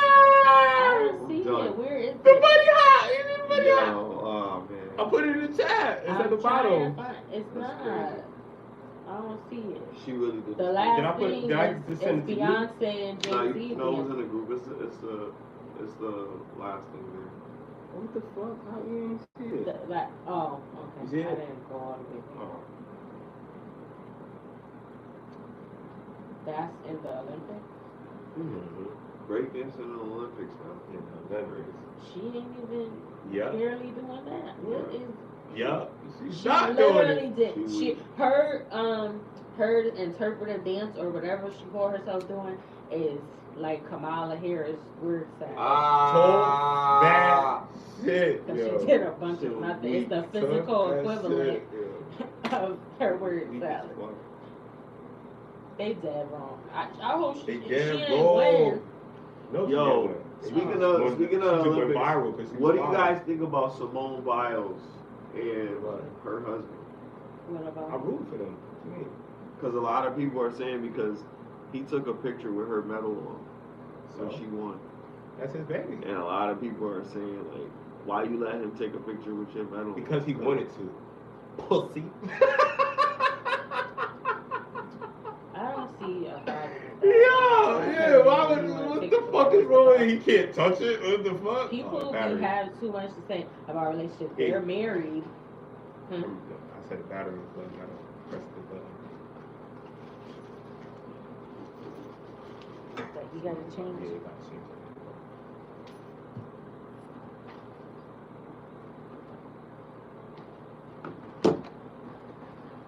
Hold that thought, yeah. You said people said they're married. You know what I'm saying? I remember that part.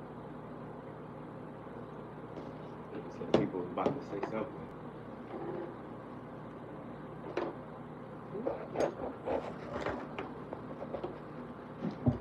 Yeah. You like my shirt? Send me to. I love that shit. I ain't gonna front. I saw it. I was like, oh, okay, she got a cinnamon toast crunch shirt on.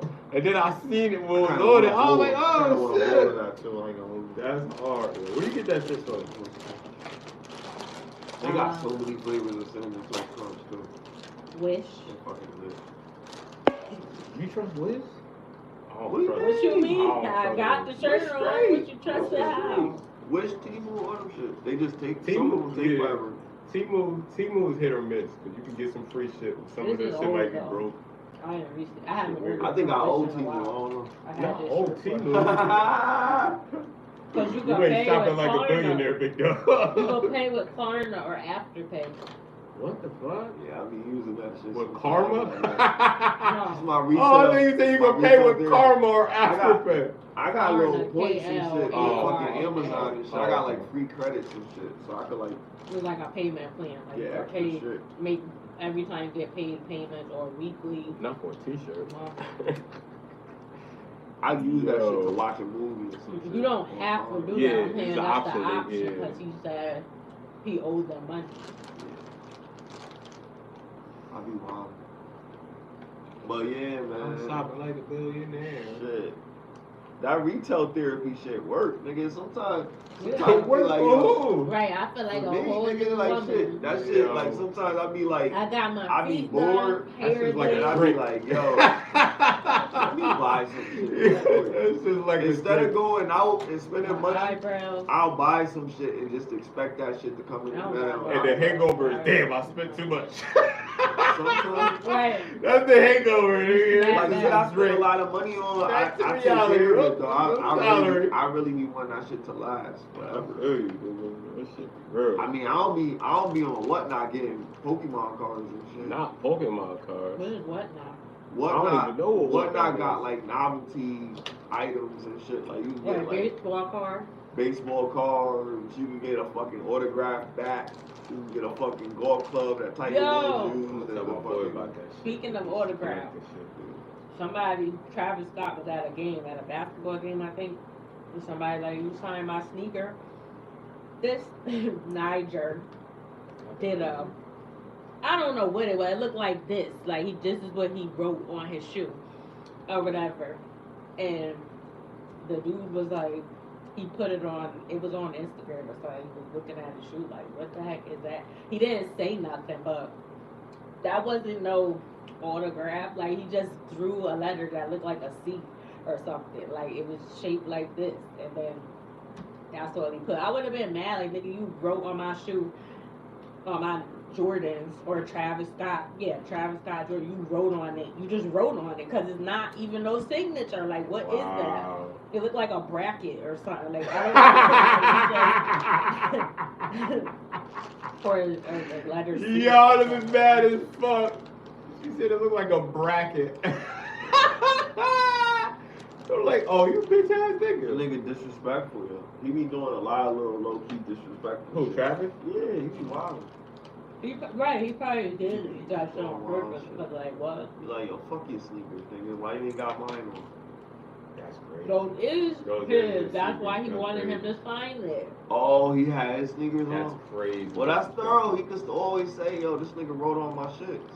He ain't signed it. It He just didn't looked sign like it, But this. still, it's still Travis Scott. It would be like if LeBron, you know, he had a fucking Twix bar Nobody's and it gonna melted on believe They his gotta finger. say he has to take a and video of He him grabbed taking your, he grabbed your shoe and left a thumbprint with some chocolate stain Is on there a that video of it? shit. You wanna wash it off? If there's a video, then you I know what mean, yeah, but I'm saying if nobody's seen the video, Yeah, then you're gonna be like, that you You lying. better- That ain't his You signature. better save that video. Exactly. That's his I only mean, it went evidence. viral. Yo, That Travis Scott. put it in a glass case because them shoes seem like they ruined Picasso, baby. with that mark. It's 9:39. Make a wish, y'all. What is That what means does that something. mean? We really control reality, man. So apparently he's be doing this to a bunch of people. What? Just he drew a face on somebody else. He just write You anything. just be doodling. I'm a doodler too, so I ain't gonna. That's get yo, that's crazy, yo. Yo, you gotta think about how these celebrities is like. Yeah, like Yeah, you doodling. This That's is somebody else. That ain't even. yo, That's what if he hilarious. write? What if he write the I ain't mad S? at Remember that. the S that people used to draw on Yeah, discs and all Oh, shit? the Yes. Superman thing. Yeah, It looked like the I be Superman mad as suit. fuck that nigga draw that shit on my shoe, nigga. Yeah. Like nigga, why you do this shit? But I'm like not gonna these front. shit. I'm not mad that he does. But why it. you ask for somebody to write on your kicks though? I'm exactly. So you ask for some You shit. ask for trouble. You play stupid games, kids. And it's like You get stupid I ain't prizes. gonna hold you. Just looking at that He character. smudged on that one. Just looking at that That's just a character, smudge. maybe he does it No, to look. certain fans. You Don't understand give a what fuck. y'all understand what I'm trying to say? What the fuck? Maybe he does it to certain fans. He doesn't do it to every fan. Oh, maybe, not equal? yeah, maybe he does. Maybe he does it to certain fans. He wrote not equal. Especially for him to write not equal, I think that makes a lot of sense that he does it to certain So fans. here it goes. Look. I thought He wild, yo. He just be fucking people's shits up. I don't think it's everybody. I think it's certain, it's selective. Oh, yeah, sure. They crazy Not enough the to bracket. think that they care about it. It's 3 different ones. He ain't even making the same. He just scribbling. He's scribbling. Cause they say, yo, just write on some. Cause he probably don't want to do it. He like, fuck it, I'm just gonna make this my trademark, bro. I just scribble on your shit. You better know what it is. Yo, I would be mad. You about to buy me some new sneakers. Yeah, That's why I don't you care just about no go all autographs over your anyway. You know what's funny? Not everybody has good handwriting too. That nigga. Nah. No, that nigga He did that drawing on purpose. pictures and Cause shit. he's smiling He like drew a like, stick yo, figure. He's an asshole, bro. Yeah. He is an asshole. Like he do asshole shit, bro. Yeah, I ain't mad. You know what I He mean? ain't here when them people unalived at his function. Damn, see that's totally. Remember he different. said something. What he That's didn't he crazy. say some wild shit? Yeah, he was talking. He seen the guy. Like he was. He was like, crowd "Get that was nigga out carrying of away. here," It or was a some shit. corpse, and he just kept on Get performing. that They nigga was- out of here. See, but that's one video. There was another video. Somebody was about to pass out. It was like, yo, he stopped the concert. It was like, yo, check on that person. He was like, he's about to pass out and shit. So it's like, see, I don't know. But I do believe there's something demonic going on in his shit, though. I ain't gonna hold you. Especially that night, that shit was weird. And then what he called it, That happens like a lot the tour in the name, yeah, the tour name. Like I think when you perform in front of all those people, you're gonna get energy, and if you're not talking about the right things, then it might not be the right energy. And I don't think he was talking about the right things, so he was harnessing some energy that maybe he wasn't in control of, but it was definitely present there at that moment.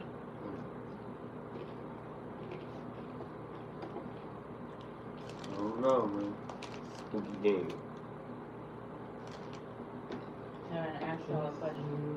What?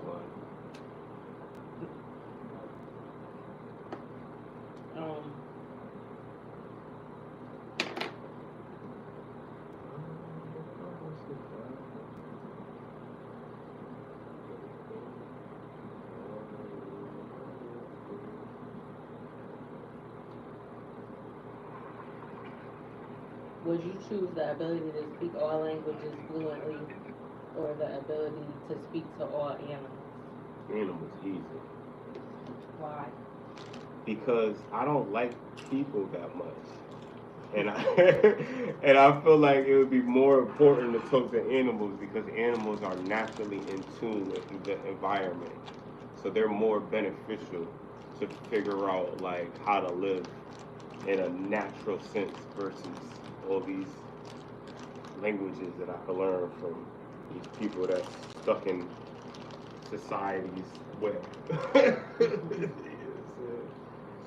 Give me the animals. I'll always go with Wild thoroughbreds out here. what would bring more value to me in my quality of life. So like, if I'm gonna live off the land, I'm gonna be around a whole bunch of animals.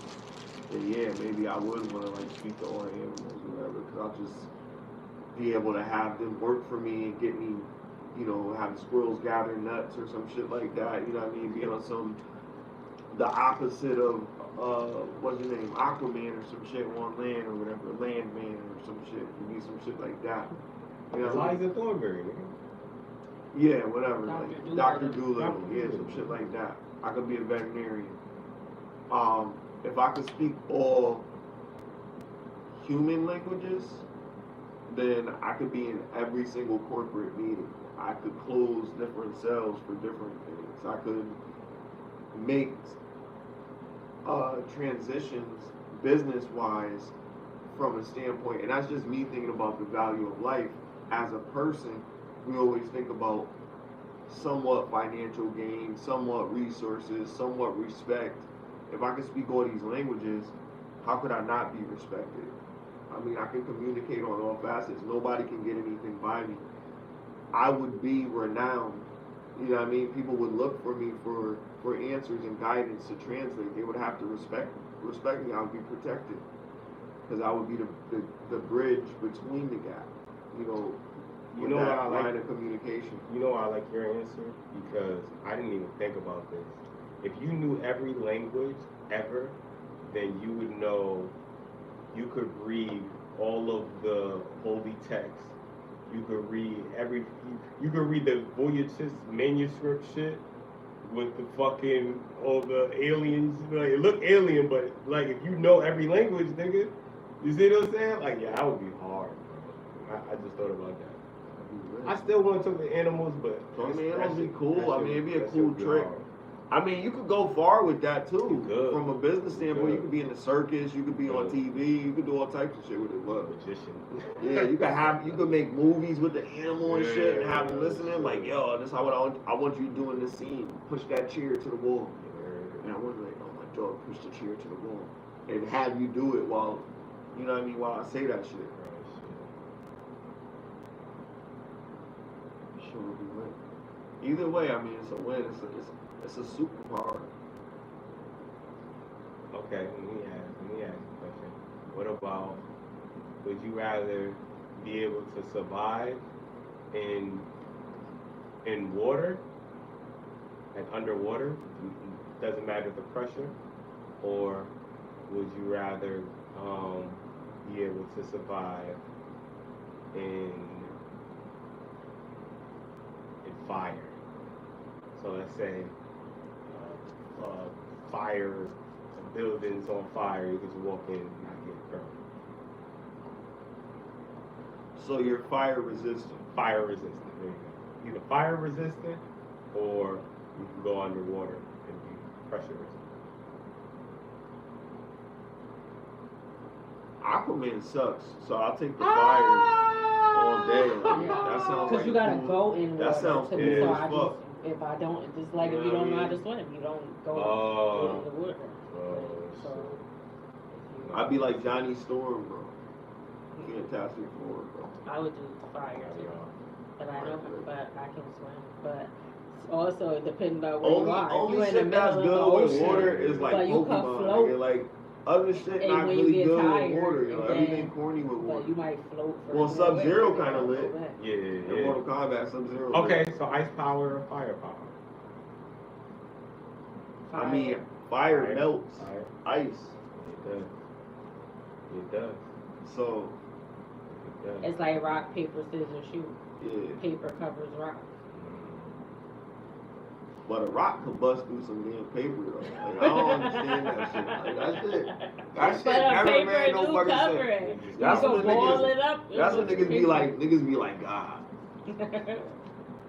You can't say that? Why not? He was here before you got here. Fly has a question. He said, yo, what y'all think about that Tory Lanez case? Thank you for asking. I It's think new shit about I think first of all, let's say free Tory. Right, what happened? Second of all, the information, more and more of the information is letting us know that is an innocent man. You see what I'm saying? Meg Thee Stallion's friend shot her, shot at her, and he was the scapegoat. He was that came out. Yeah, that came out after the security guard confirmed it, and that's the reason why his ass went missing, because he probably got a check or he probably got some bread to be like, yo, nigga. When did this happen? This happened after the trial, after he got sentenced. He came, the security guard came from out of hiding or from wherever the fuck he was, and basically was like, yeah, they didn't want me to testify, but this is what happened. What do I think about it? I think it's like,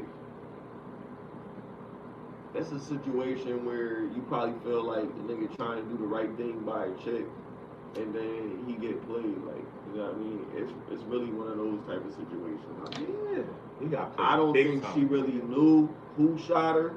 I think she was wavy as fuck. She do. But she was like that's so why she heated. Stopped fucking with her friend. She was so heated that she still decided she was gonna put this nigga, somebody gonna suffer for this shit. He need to suffer because he was fucking my friend, and I'm not gonna fuck with you. And that's cold blooded. Yeah, that's what I mean. That goes back to the cheating thing, or she threw the nigga asses. It's like, yo, you don't do that. Like, if the nigga cheated on you or he did you dirty, either deal with it or leave the nigga. Now you sit here fighting your friend. This bitch try to shoot you, and you put the whole blame on this man, and you're gung ho talking, going all these interviews. Tory shot me, knowing damn well he didn't shoot you. Knowing damn well, and then you living your life like nothing fucking happened. That shit's living gonna come your back life like it's golden. That shit's gonna come back to you. You know what I mean? I don't even think that's a belief. That's just what it is. Like, yo, that's just gonna come back some way or somehow. It's gonna come back. It's like, yo, you should know, like, you can't play around. She been losing weight forces. too, huh? She been going to the gym. Yeah, she has to, nigga.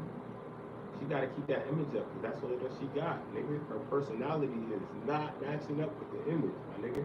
It's not. That's not a beautiful personality, especially if you a black man trying to fuck with her. Like, that shit's crazy. I couldn't do that. In my heart of hearts, I couldn't do that to somebody. I don't care if they cheated on me. I don't care. Like, I couldn't put you in a situation where now your life is at, like, nah. The person that pulled out the burner, you know what I mean?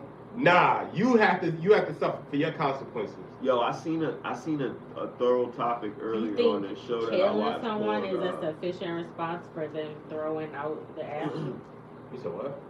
You think unaliving someone is a sufficient response? No. I think once you do something to hurt somebody and it's not equivalent to just leaving or dealing with that shit, then you're out of pocket. That's what I think, personally. So, like, that, like, killing somebody, that's killing somebody to me won't make sense unless it just got to that point where it was just like, look, like that person was trying to kill you, so you had to defend yourself. But if you're just murdering fucking somebody because they hurt you emotionally, you're wrong. You're wrong. Like you're murdering somebody because they hurt your feelings. You're wrong. Like, you know what I mean? That's what I believe. Yo, here's a question. Do you discuss long-term goals with temporary women? No. Do men discuss, or do they include women in long-term plans?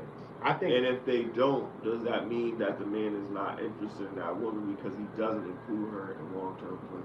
I think personally. This guy that I watched, Stefan Speaks, he said that that's could be one way. It's never a blanket statement. He always says it could be not. That doesn't necessarily mean you have to look at other factors too, but it could possibly be if he's talking about future. But he has to go through with it, obviously, because people could also future fake and they could say, oh, we make plans to do this, and then the day never comes. But if someone is saying we, like when they talk about stuff, or a man, he said, he gives content about women too. He's a relationship coach and he's got a book. He's been doing this for a while, whatever. He said he talks to a bunch of people, and he said he thinks that's one. It could be. I think it like makes considering sense. other factors. Like if they're like, oh, we're gonna, like if they making plans and they're saying we, even though like that could be like that they like you or they're because they're not even realizing it. Like if I think it's doing deeper it than light. notice, It's a plan though. At the end of the day, for me personally, it's like if I don't have you in the plans, why would I change my plans for anything? You see what I'm saying? Like for me personally, I believe the devil plots and God plans. So if I want something to work, then I'm gonna plan for it. Like if I want to be married, then I'm gonna plan to be married with the type of woman that I want to be married with, and I'm gonna go looking for that.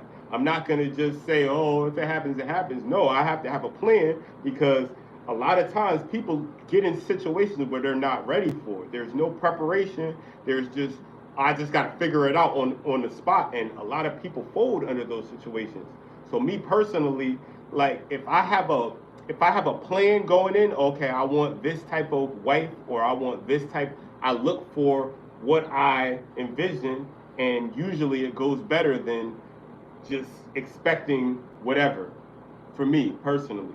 You see what I'm saying? So yeah, like if you don't have a girl in your plan for marriage, then I don't think that, you know what I mean, that should be the goal. Because like, how do you plan something with nothing in mind of how it's gonna go?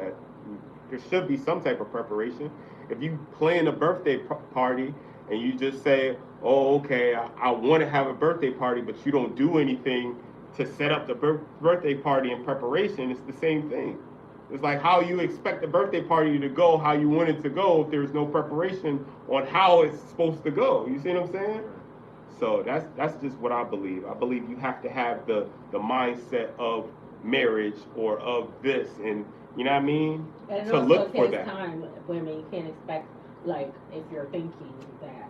And that's why this guy, Stefan, he never makes, like, blanket statement. He's saying these 5 things could be whatever, different topics for both people. But you got to consider other factors, too, because it could be a number of reasons why you could do certain things.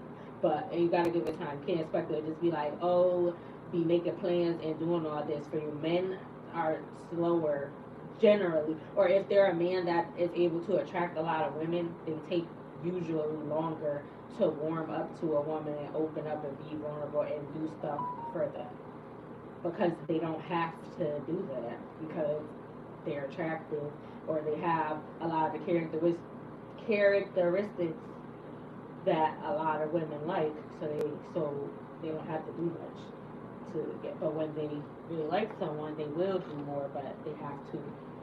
Sometimes it's a little off-putting when a woman does too much. So it'd be like, even though it'd be a lot, you still gotta be like, yeah, let me just wait because she's doing too much. Like sometimes it gotta be like that, and just see how it goes.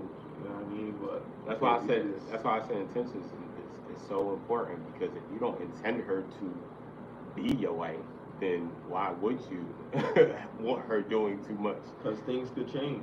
You know what I mean? Yeah, 100%. The way I feel. So you want to see her in her casual state, right? I want to see the best it could be. Or do you want her to cater to you?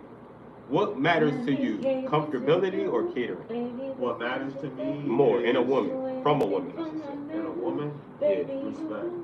No. I'm just saying, if you had to choose between comfortability, yeah, that's what I'm saying.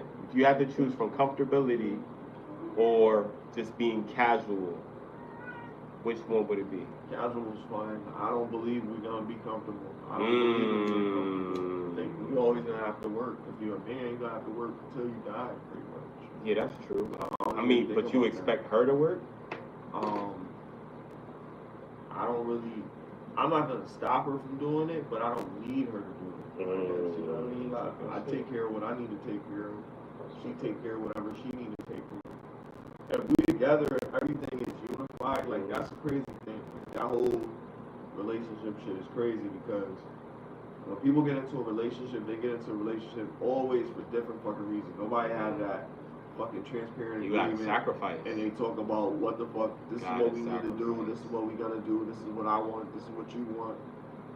And the reason is because you'll never really get with somebody that's really gonna go with everything that you with. You want a woman that's gonna go with everything that you with, but that means that girl really, she pouring a lot more into you because she feels like you're the prize. Yeah, if a woman feels like you're the prize and she's giving you that feeling, you want to see how long that feeling can be before you jump the road, because it could just be a facade just to get you to make a decision. Would y'all move for a significant other? Let's say wherever y'all moved to, financially y'all was all set, y'all was good, but they needed to move. Let's say they had family wherever and their family wasn't doing too good, and they didn't want to leave you, but they had to go take care of their sick mom and they couldn't travel. So would y'all move? Let's say it was for like a year. Would y'all move for a significant other, or would you be like, nah, that's too much time, I'm out? So I'm assuming that the alternative is like, would you move or would you just wait for them to come back and handle what they got to handle, right? Yep. I mean, it depends on your relationship. Like, can you trust your partner? Are you going to, like, is that going to be a problem with y'all being away for a year? You know, do you guys have kids? Have you guys got other things or other assets that you have to tend to? Let's say no kids, 1 year of marriage.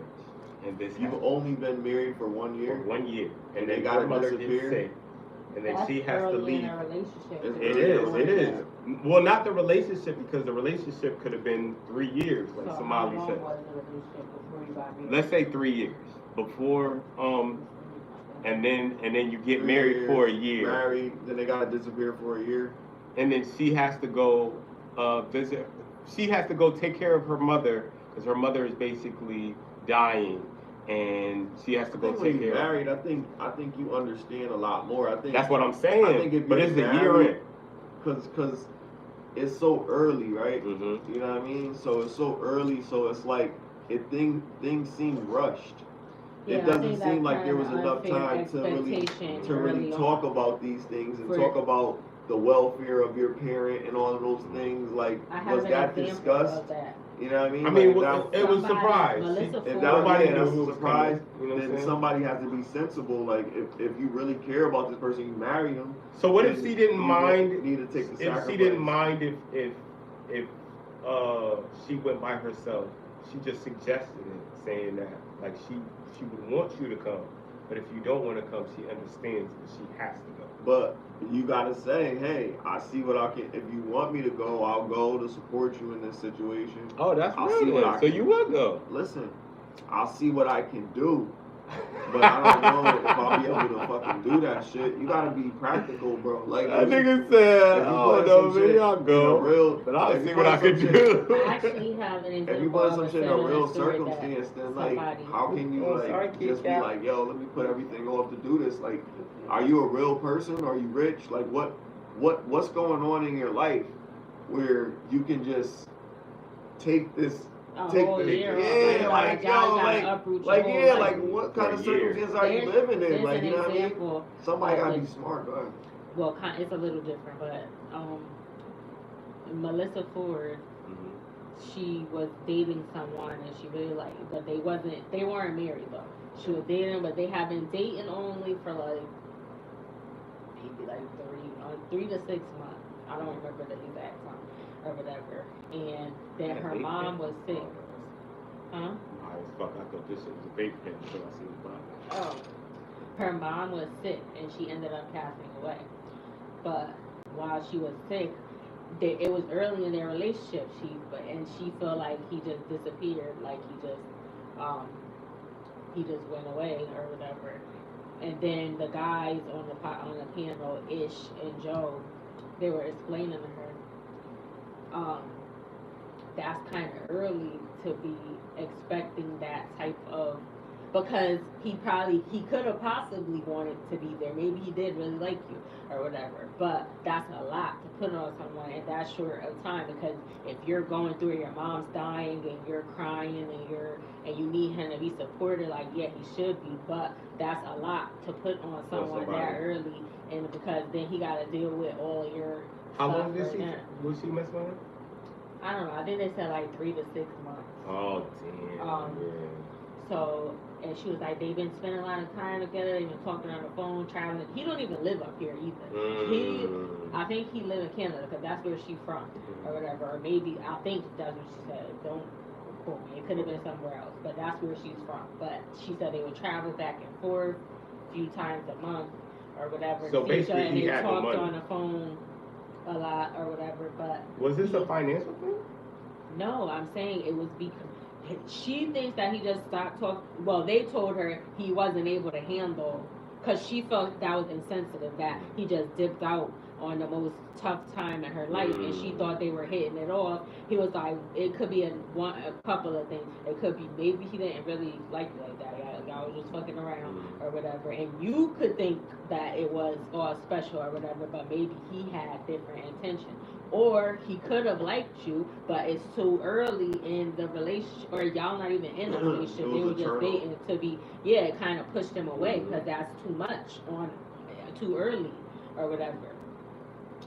And sometimes people do be scared or whatever, like they might like you, but they like, I gotta, like you said, I gotta get to know you before I fall into this or whatever, like see where this. I mean, you don't really be wanting to hurt people, like I mean, I'm not a monster. On the normal scale though, I feel like we all gotta put away other situations to make that situation the best decision. And I think in order to do that, it has to be worth it. And a lot of people aren't worth it, to be honest with you. Right? You see what I'm saying? I'm not gonna put away a situation that I had. Like you talking about, like cutting other joints off to move in. That's what I'm saying. Okay. That's what I'm saying. If you're single, and this goes for men and women, if you're single and you're dealing with something and it's, you just know the setup of it, it's not a relationship, it's a situationship, right? And then you're trying to move on to something other than that, where they want that that commitment, where it's like they're committed to each other, right? In the dating phase, that's not there. You can't be committed to somebody. You shouldn't be committed to somebody that you're just dating, because you're not in a relationship with that person. You're just dating them. You're just seeing them. You know what I mean? Until you're officially, this is my girlfriend. You know what I mean? This is, you know what I mean? And well, who says that? Like we say girls. It's like, this is my girl.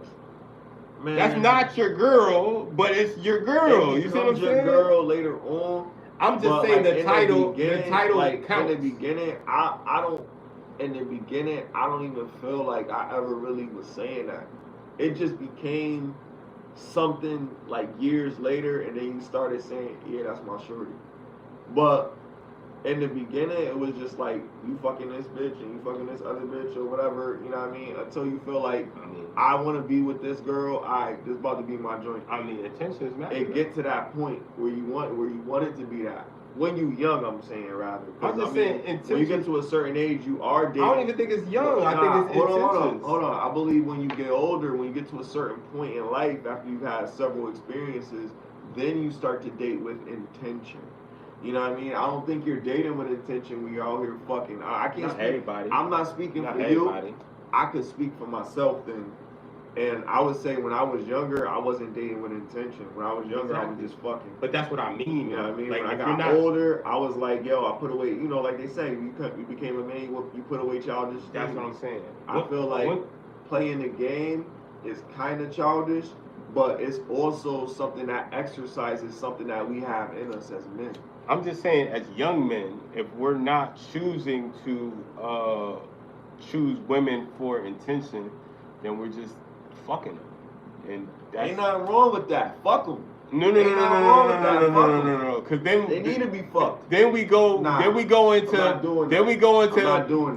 all these bad parents and bad parenting, and then motherfuckers. You know what I mean? Saying, oh yeah, abortion. People should just be aborted. Like, nah, nigga. Your kids to not nigga. Do this and not to do fucking that. Like you said. If my son, fucking with no intention. My son fucks your daughter, then that happens. That's just how life goes. And I'm not mad at that. What I'm saying is... And he's probably going to decide whether or not he wants to be with her or not. Now, it depends on how she was raised as a woman for her to retain him and be able to be with that man. Cool. That's fine and dandy. Then we're not talking about... You're going to have to find somebody else. We're not talking about that, though. We're talking about, at the end of the day, it's all about experience, bro. Yeah. You got to go through it. You got to go through what? It's ugly, but you got to do it. You gotta go through what? Fucking, nigga. Like, you gotta go through it, nigga. It's gotta happen. I'm not saying it's got to happen. I'm not saying you don't. I'm saying that it's not fucking required doesn't really to have intention sex with no intention. You wanna bust a nut. That's the intention. Listen. I'm just saying it's not required to have sex with no intention. I feel like when people have sex with no intention, it leads to these broken families and these fucked up people. It's encouraged. Because there's that's what I'm saying. If that's it is encouraged. It is encouraged. You're right. But it's not good for us. It's not beneficial for us. It's not bad for us. I mean, look, bro. It is we bad. It is bad. It is bad. It is bad. Nah, it is bad once you can have kids. Because think about it. Once you can have kids, or before you can have kids, it's bad because guess what? You're not supposed to be having sex with no fucking kids. That's some weirdo shit. So then after the person is of age, right? Why is it bad? Because these people are getting raped. You know what I'm saying? So we're talking about sex. If we're just talking about sex, we have to think of there's consequences. Walk out with the buddy system. There's consequences. So at the end go home alone. So at the end of the day, all I'm saying is you can't fight the inevitable. You can't fight the inevitable. I'm not saying y'all gotta try to fight the inevitable. But listen to what I'm saying. Okay.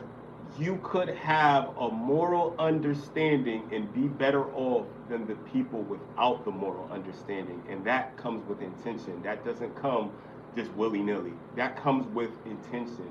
What do I want to do because of what? You see what I'm saying? And at the end of the day, that's why it's so important to have intention when you're having sex, because you're gonna have sex with a lot of people. And it is normal, Smiley. But what I'm saying is it's better to have the intention than not have the intention. Because when you have the intention, better things happen in terms of life choices. I don't disagree with that. That's what I'm saying. I'm only saying that I'm encouraging young men to get this practice and get this out there. You know what I mean? I also encourage you to what, sex or just? Well, let me finish my whole thing. You'll see. Because I'm saying like the sex part is a byproduct of it, but I'm also saying, yeah, go out there and be with the ones that you want to be with, but be selective. Like if she's not doing certain things that, you know, if you're really pouring into her, and yeah, when you're a young man and you're dating, there's also other things, you know, chivalry is dead, etc., right? You should be opening the door for her. You should be fucking probably paying for that Burger King meal that y'all got or some shit like that. You know what I mean? Little stupid shit. You should be doing those things. The little $20 date that you guys go on or whatever. Yeah, show her that you're a gentleman. Show her that you're going to provide for her. You're going to protect her, because that's what your essential value is. Her essential value is nurturing you. Her essential value is behaving herself. Her essential value is allowing you to provide leadership so that you can grow into the man that you're supposed to become. She's supposed to help you in your blossoming stage. You know what I mean? And in turn, you do the same for her becoming a woman and getting into that divine femininity that she's supposed to have. But in any case, what I'm really saying is that it's nothing wrong with kissing frogs until you find your prince or princess or whatever. That's a part of life. Yeah, be selective, but don't be so bound by selective, because sometimes you're gonna see somebody that you like, you think everything's good, and it doesn't work out. That doesn't mean that you guys shouldn't have had sex. Oh my God! But protect yourself. Wear a condom. You know what I mean? Make sure that you guys are going to the doctors, getting checked, and all that other shit. Make sure you're doing all the right steps. But it's nothing wrong with having sex. It's something wrong with having sex if you're fucking 15, 16, something like that. You know what I mean? If you're 17 or 18 or whatever, and you're with people within your age group or whatever, you're probably having sex or whatever. You're learning about life. But there should be protecting yourself, protecting your mind from somebody manipulating you and shit like that. If the girl likes the boy and the boy likes the girl and you guys have sex, it's like, oh man, my first time was with Jimmy Harris that played on the football team. He had the blue eyes or whatever, you know what I mean, or whatever. And Valerie, she was the cheerleader or whatever, and she was like, oh, we love each other. And then when y'all got out of school, y'all went to college, and then y'all went with completely separate people and fucking got a life, got married, had kids, and all this other shit. You knew some tricks that you learned from Jimmy Harris and shit that you used on your husband. And that's how that nigga proposed to you. Like, damn, thank God for Jimmy Harris. You know what I mean? Like, that's what I'm saying. Like, there's a part in everything. Everything has to happen for a reason. But there's a time for it. There's a place setting. If it happens the way that it's supposed to happen, then it'll be great. If the first person that you have sex with is the person that you end up marrying, that's awesome. I'm happy for you. If the first person that you have sex with is the person that you resent, the person that you hate, that's an issue that you had mentally. You shouldn't have chose that person. Why the fuck you chose this person and you hate them and have sex with them? Now, if they raped you, you know what I mean, that's something completely different.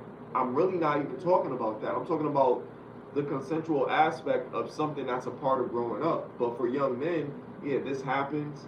And then when it happens to the person that wants it to happen to, we might not be interested in that person anymore after that. And you know what? That's fine. But be a gentleman about it and express, listen, I'm sorry that this didn't work out. I hope, I didn't mean to hurt your feelings or whatever. And if women do it, they can be like, look, it just didn't work out, whatever. You don't got to tell them that he had the strength, or you don't got to say nothing. Like, you could just be like, yo, it's good, it is what it is, you know what I mean? And let it be that. I'm just saying, to me, right, I think the act of sex, like the act of sex, is different for men and women. And I think men receive it as like I said, we're the key basically. So we're, you know what I mean, we're gonna open a lot of locks. But like I said, the locks, it's a city lock if any key can open it. You see what I'm saying? So it's that little parable signifies that it's important how the woman conducts herself as opposed to how the man conducts himself, at least sexually. Double standard, right? Yeah, it has to be a double standard, right? And I believe in that double standard. I really believe that, like, quality is more important than quantity. And I feel like if we're telling them to go smash the girls, we're really saying stick to quantity. But we should be telling them, yo, it's more important for y'all to get quality. And quality is the better the better value, the woman with the better value or with more value is more important than just slaying them. You know what I'm saying? I'm just saying, like, quality should be more valuable than quantity. Like, quantity is cool too, but there's a lot of unnecessary bullshit that we had to deal with dealing with the roughage and the foliage and shit and going through it.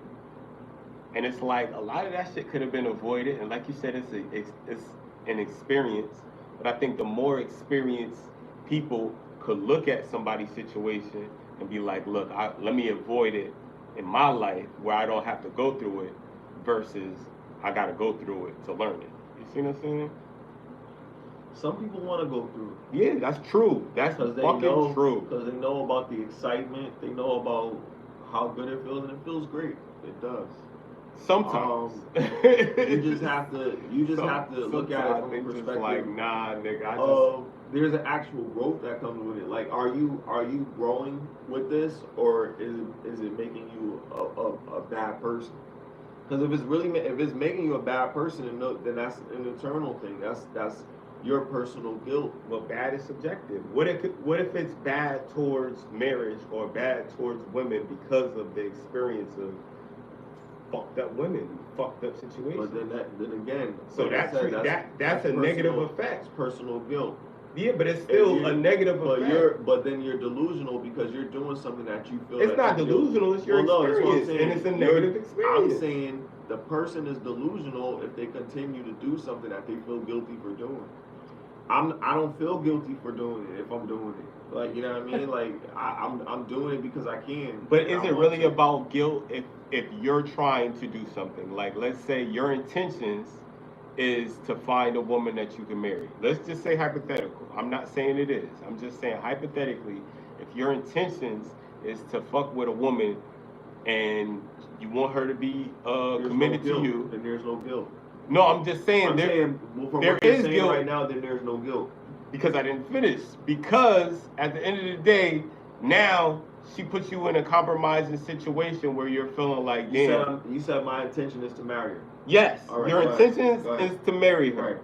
But then she puts you in a situation where she never did before. But she let's say, back to the experience with the mom being sick and shit, right? She puts you in that uncomfortable situation where you have to make a decision and say, like, damn, is she worth making this change in my life? And I'm just saying, like, if that's not your intentions, you ain't gonna do that shit. You said my intentions are to marry her. So my intentions are to marry her. Marry the woman that you know, not marry the woman that. Then I have no. Not marry, not marry the woman that. I have no guilt. So, I only have guilt when there's when I feel I've done something wrong or something like that. If something happens that's out of my control, I didn't do it, then if I didn't do anything wrong, then why would I feel guilty?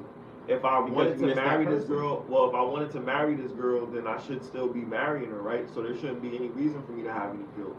The only reason I wouldn't. Would you trust her a year away from you? Like flight? We would have to discuss that extensively. Like this can't be something that just spurred up and we.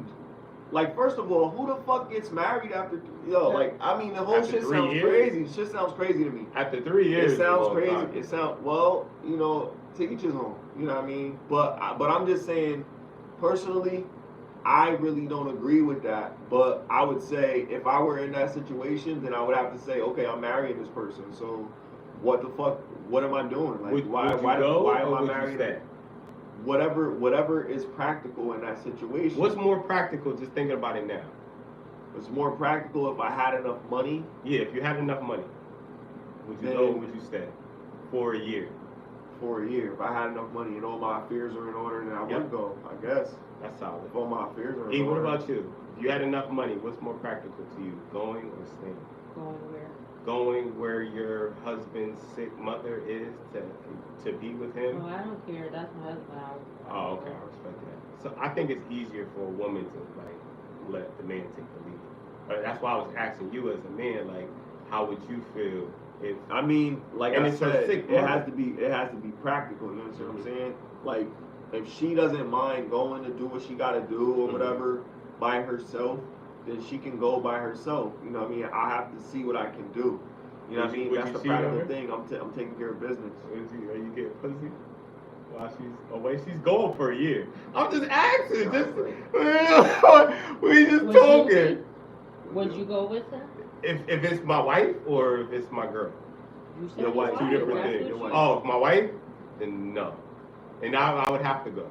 Because if I didn't go, I'd probably be cheating. You probably cheat. I'd probably be cheating. For a year, bro, that's crazy. That's a year, nigga. That's a long time. I mean, I'll be honest with you. I could honestly. I ain't go. I could honestly not have coochie for a year. I could do it.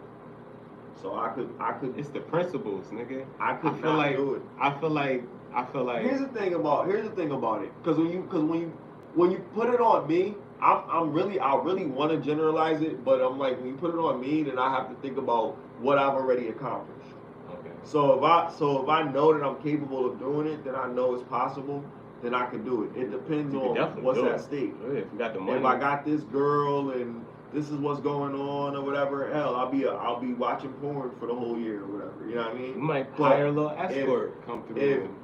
If I want to do it, then I'll probably go out there with her and I'll just be smashing my girl. Like, yeah, you know that's what I said. I would. You know? But if I had to stay home because I got to do business, then when I had the opportunity to leave on business, if it's really that level, then I would go and pop in on my girl and go see her and do whatever I gotta do. It really depends on the situation. Now, if my girl knows she's gonna be going for a year, the type of chick that I'm probably dealing with would probably say, yo, I'm gonna be going for a year, like, just make sure that you wear protection, I'll be around type. That's shit. Solid. Like, okay, that's lit. solid. You know what I mean? If it's That's on solid. that type of time and wait until I get back, then I'll be like, yo. That's solid. You know what I mean? But it depends on what type of situation. What if your girl was I'm a in. freak? What if your girl was like, you can have sex with other females, but I gotta watch? Put my FaceTime on. Honey, don't worry about it. That's some freaky shit. It be inside of a teddy bear and shit. Yo, that's wow, yo. Nah. She be masturbating every single time. That'd be crazy. That'd be crazy though. Like that'd be lit. Yo. I mean, what dude would leave that? I don't think I'll go anywhere with that. What dude would leave that? That'd be crazy. I don't even think it's real. I just think like that's real. there's women that will please you, but it would be what they're willing to deal with themselves. Like if they're not willing to do certain things, and they're not gonna do it no matter what it is. Like they might love you more than they love themselves, but there's still thresholds for anybody. You know what I mean? A person is really only going to do certain things because that's conditional love. It's not unconditional love where it's like I'll do anything, you know what I mean, for this person, some type of shit like that. No. If this person keeps this up, then I'll keep doing this. If they stop doing this, then fuck them. That's how it is. Remember in Spartacus how they had Lucy Lawless was like the dominus? Yeah. And the nigga was, I forgot what his name was. Crixus? No. I'm talking about the people that ruled. Yeah, the dominus, and what was the dude's name? I forgot his name. I forgot his name too. But him and the dominus, basically. Right. Fucking, they were getting it popping one time. And they were just having a normal conversation. And one of the slave chicks came out and she just sucking this nigga dick. He having a conversation with this chick. Right. And this is his wife, right? Just laying there in front of her. And then you see a nigga pop his head up. A nigga was just eating her out. And she and he was getting next door. They got the slaves to prepare them before they got into it. And then, literally. Right. Then they sent them away, and then they went to bed and had sex with each other. I was like, yo. That's some king and queen shit. What? But this is what I'm saying. Do you think that's how all races were getting down, or do you think that was like a European thing? I think that's European. Okay. European motherfuckers with some freaky motherfuckers. They no disrespect to yeah. my European. Yo, you know what I'm saying? all the sexual shit came from the French motherfuckers. French was nasty. They came up with the kiss when you put your tongue in somebody's mouth. I heard the Romans was crazy too, yo. They was. I mean, everybody was naked. Everybody was doing all type. Everybody was doing each other. Like it was a freak Yeah, fest. It was they wild. had, it was the hippie Hinduism era, and shit. the hippie era when everybody was high and everybody. Yeah, they got you know. Crazy. But I respect the hippies though. I feel like the hippies brought more peace than fucking. They were like, yeah, man. Than the orgies and shit. Especially the same sex orgies. That shit's crazy. Like they was wild back in the People want to day. have fun. Safety. Who said that? Oh, you said that?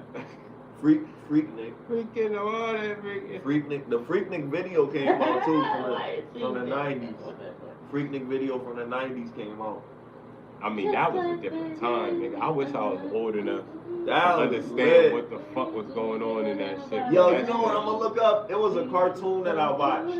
It was called The Freaknik. But it was T-Pain was like some shit, and he was like they had got high, and they had followed these people all the way to the Freaknik, and they were supposed to perform or something. I gotta look that up. When I find that, I'm gonna tell y'all what it is. I'm gonna try to watch that tonight before I finish packing, because I gotta watch me something crazy tonight.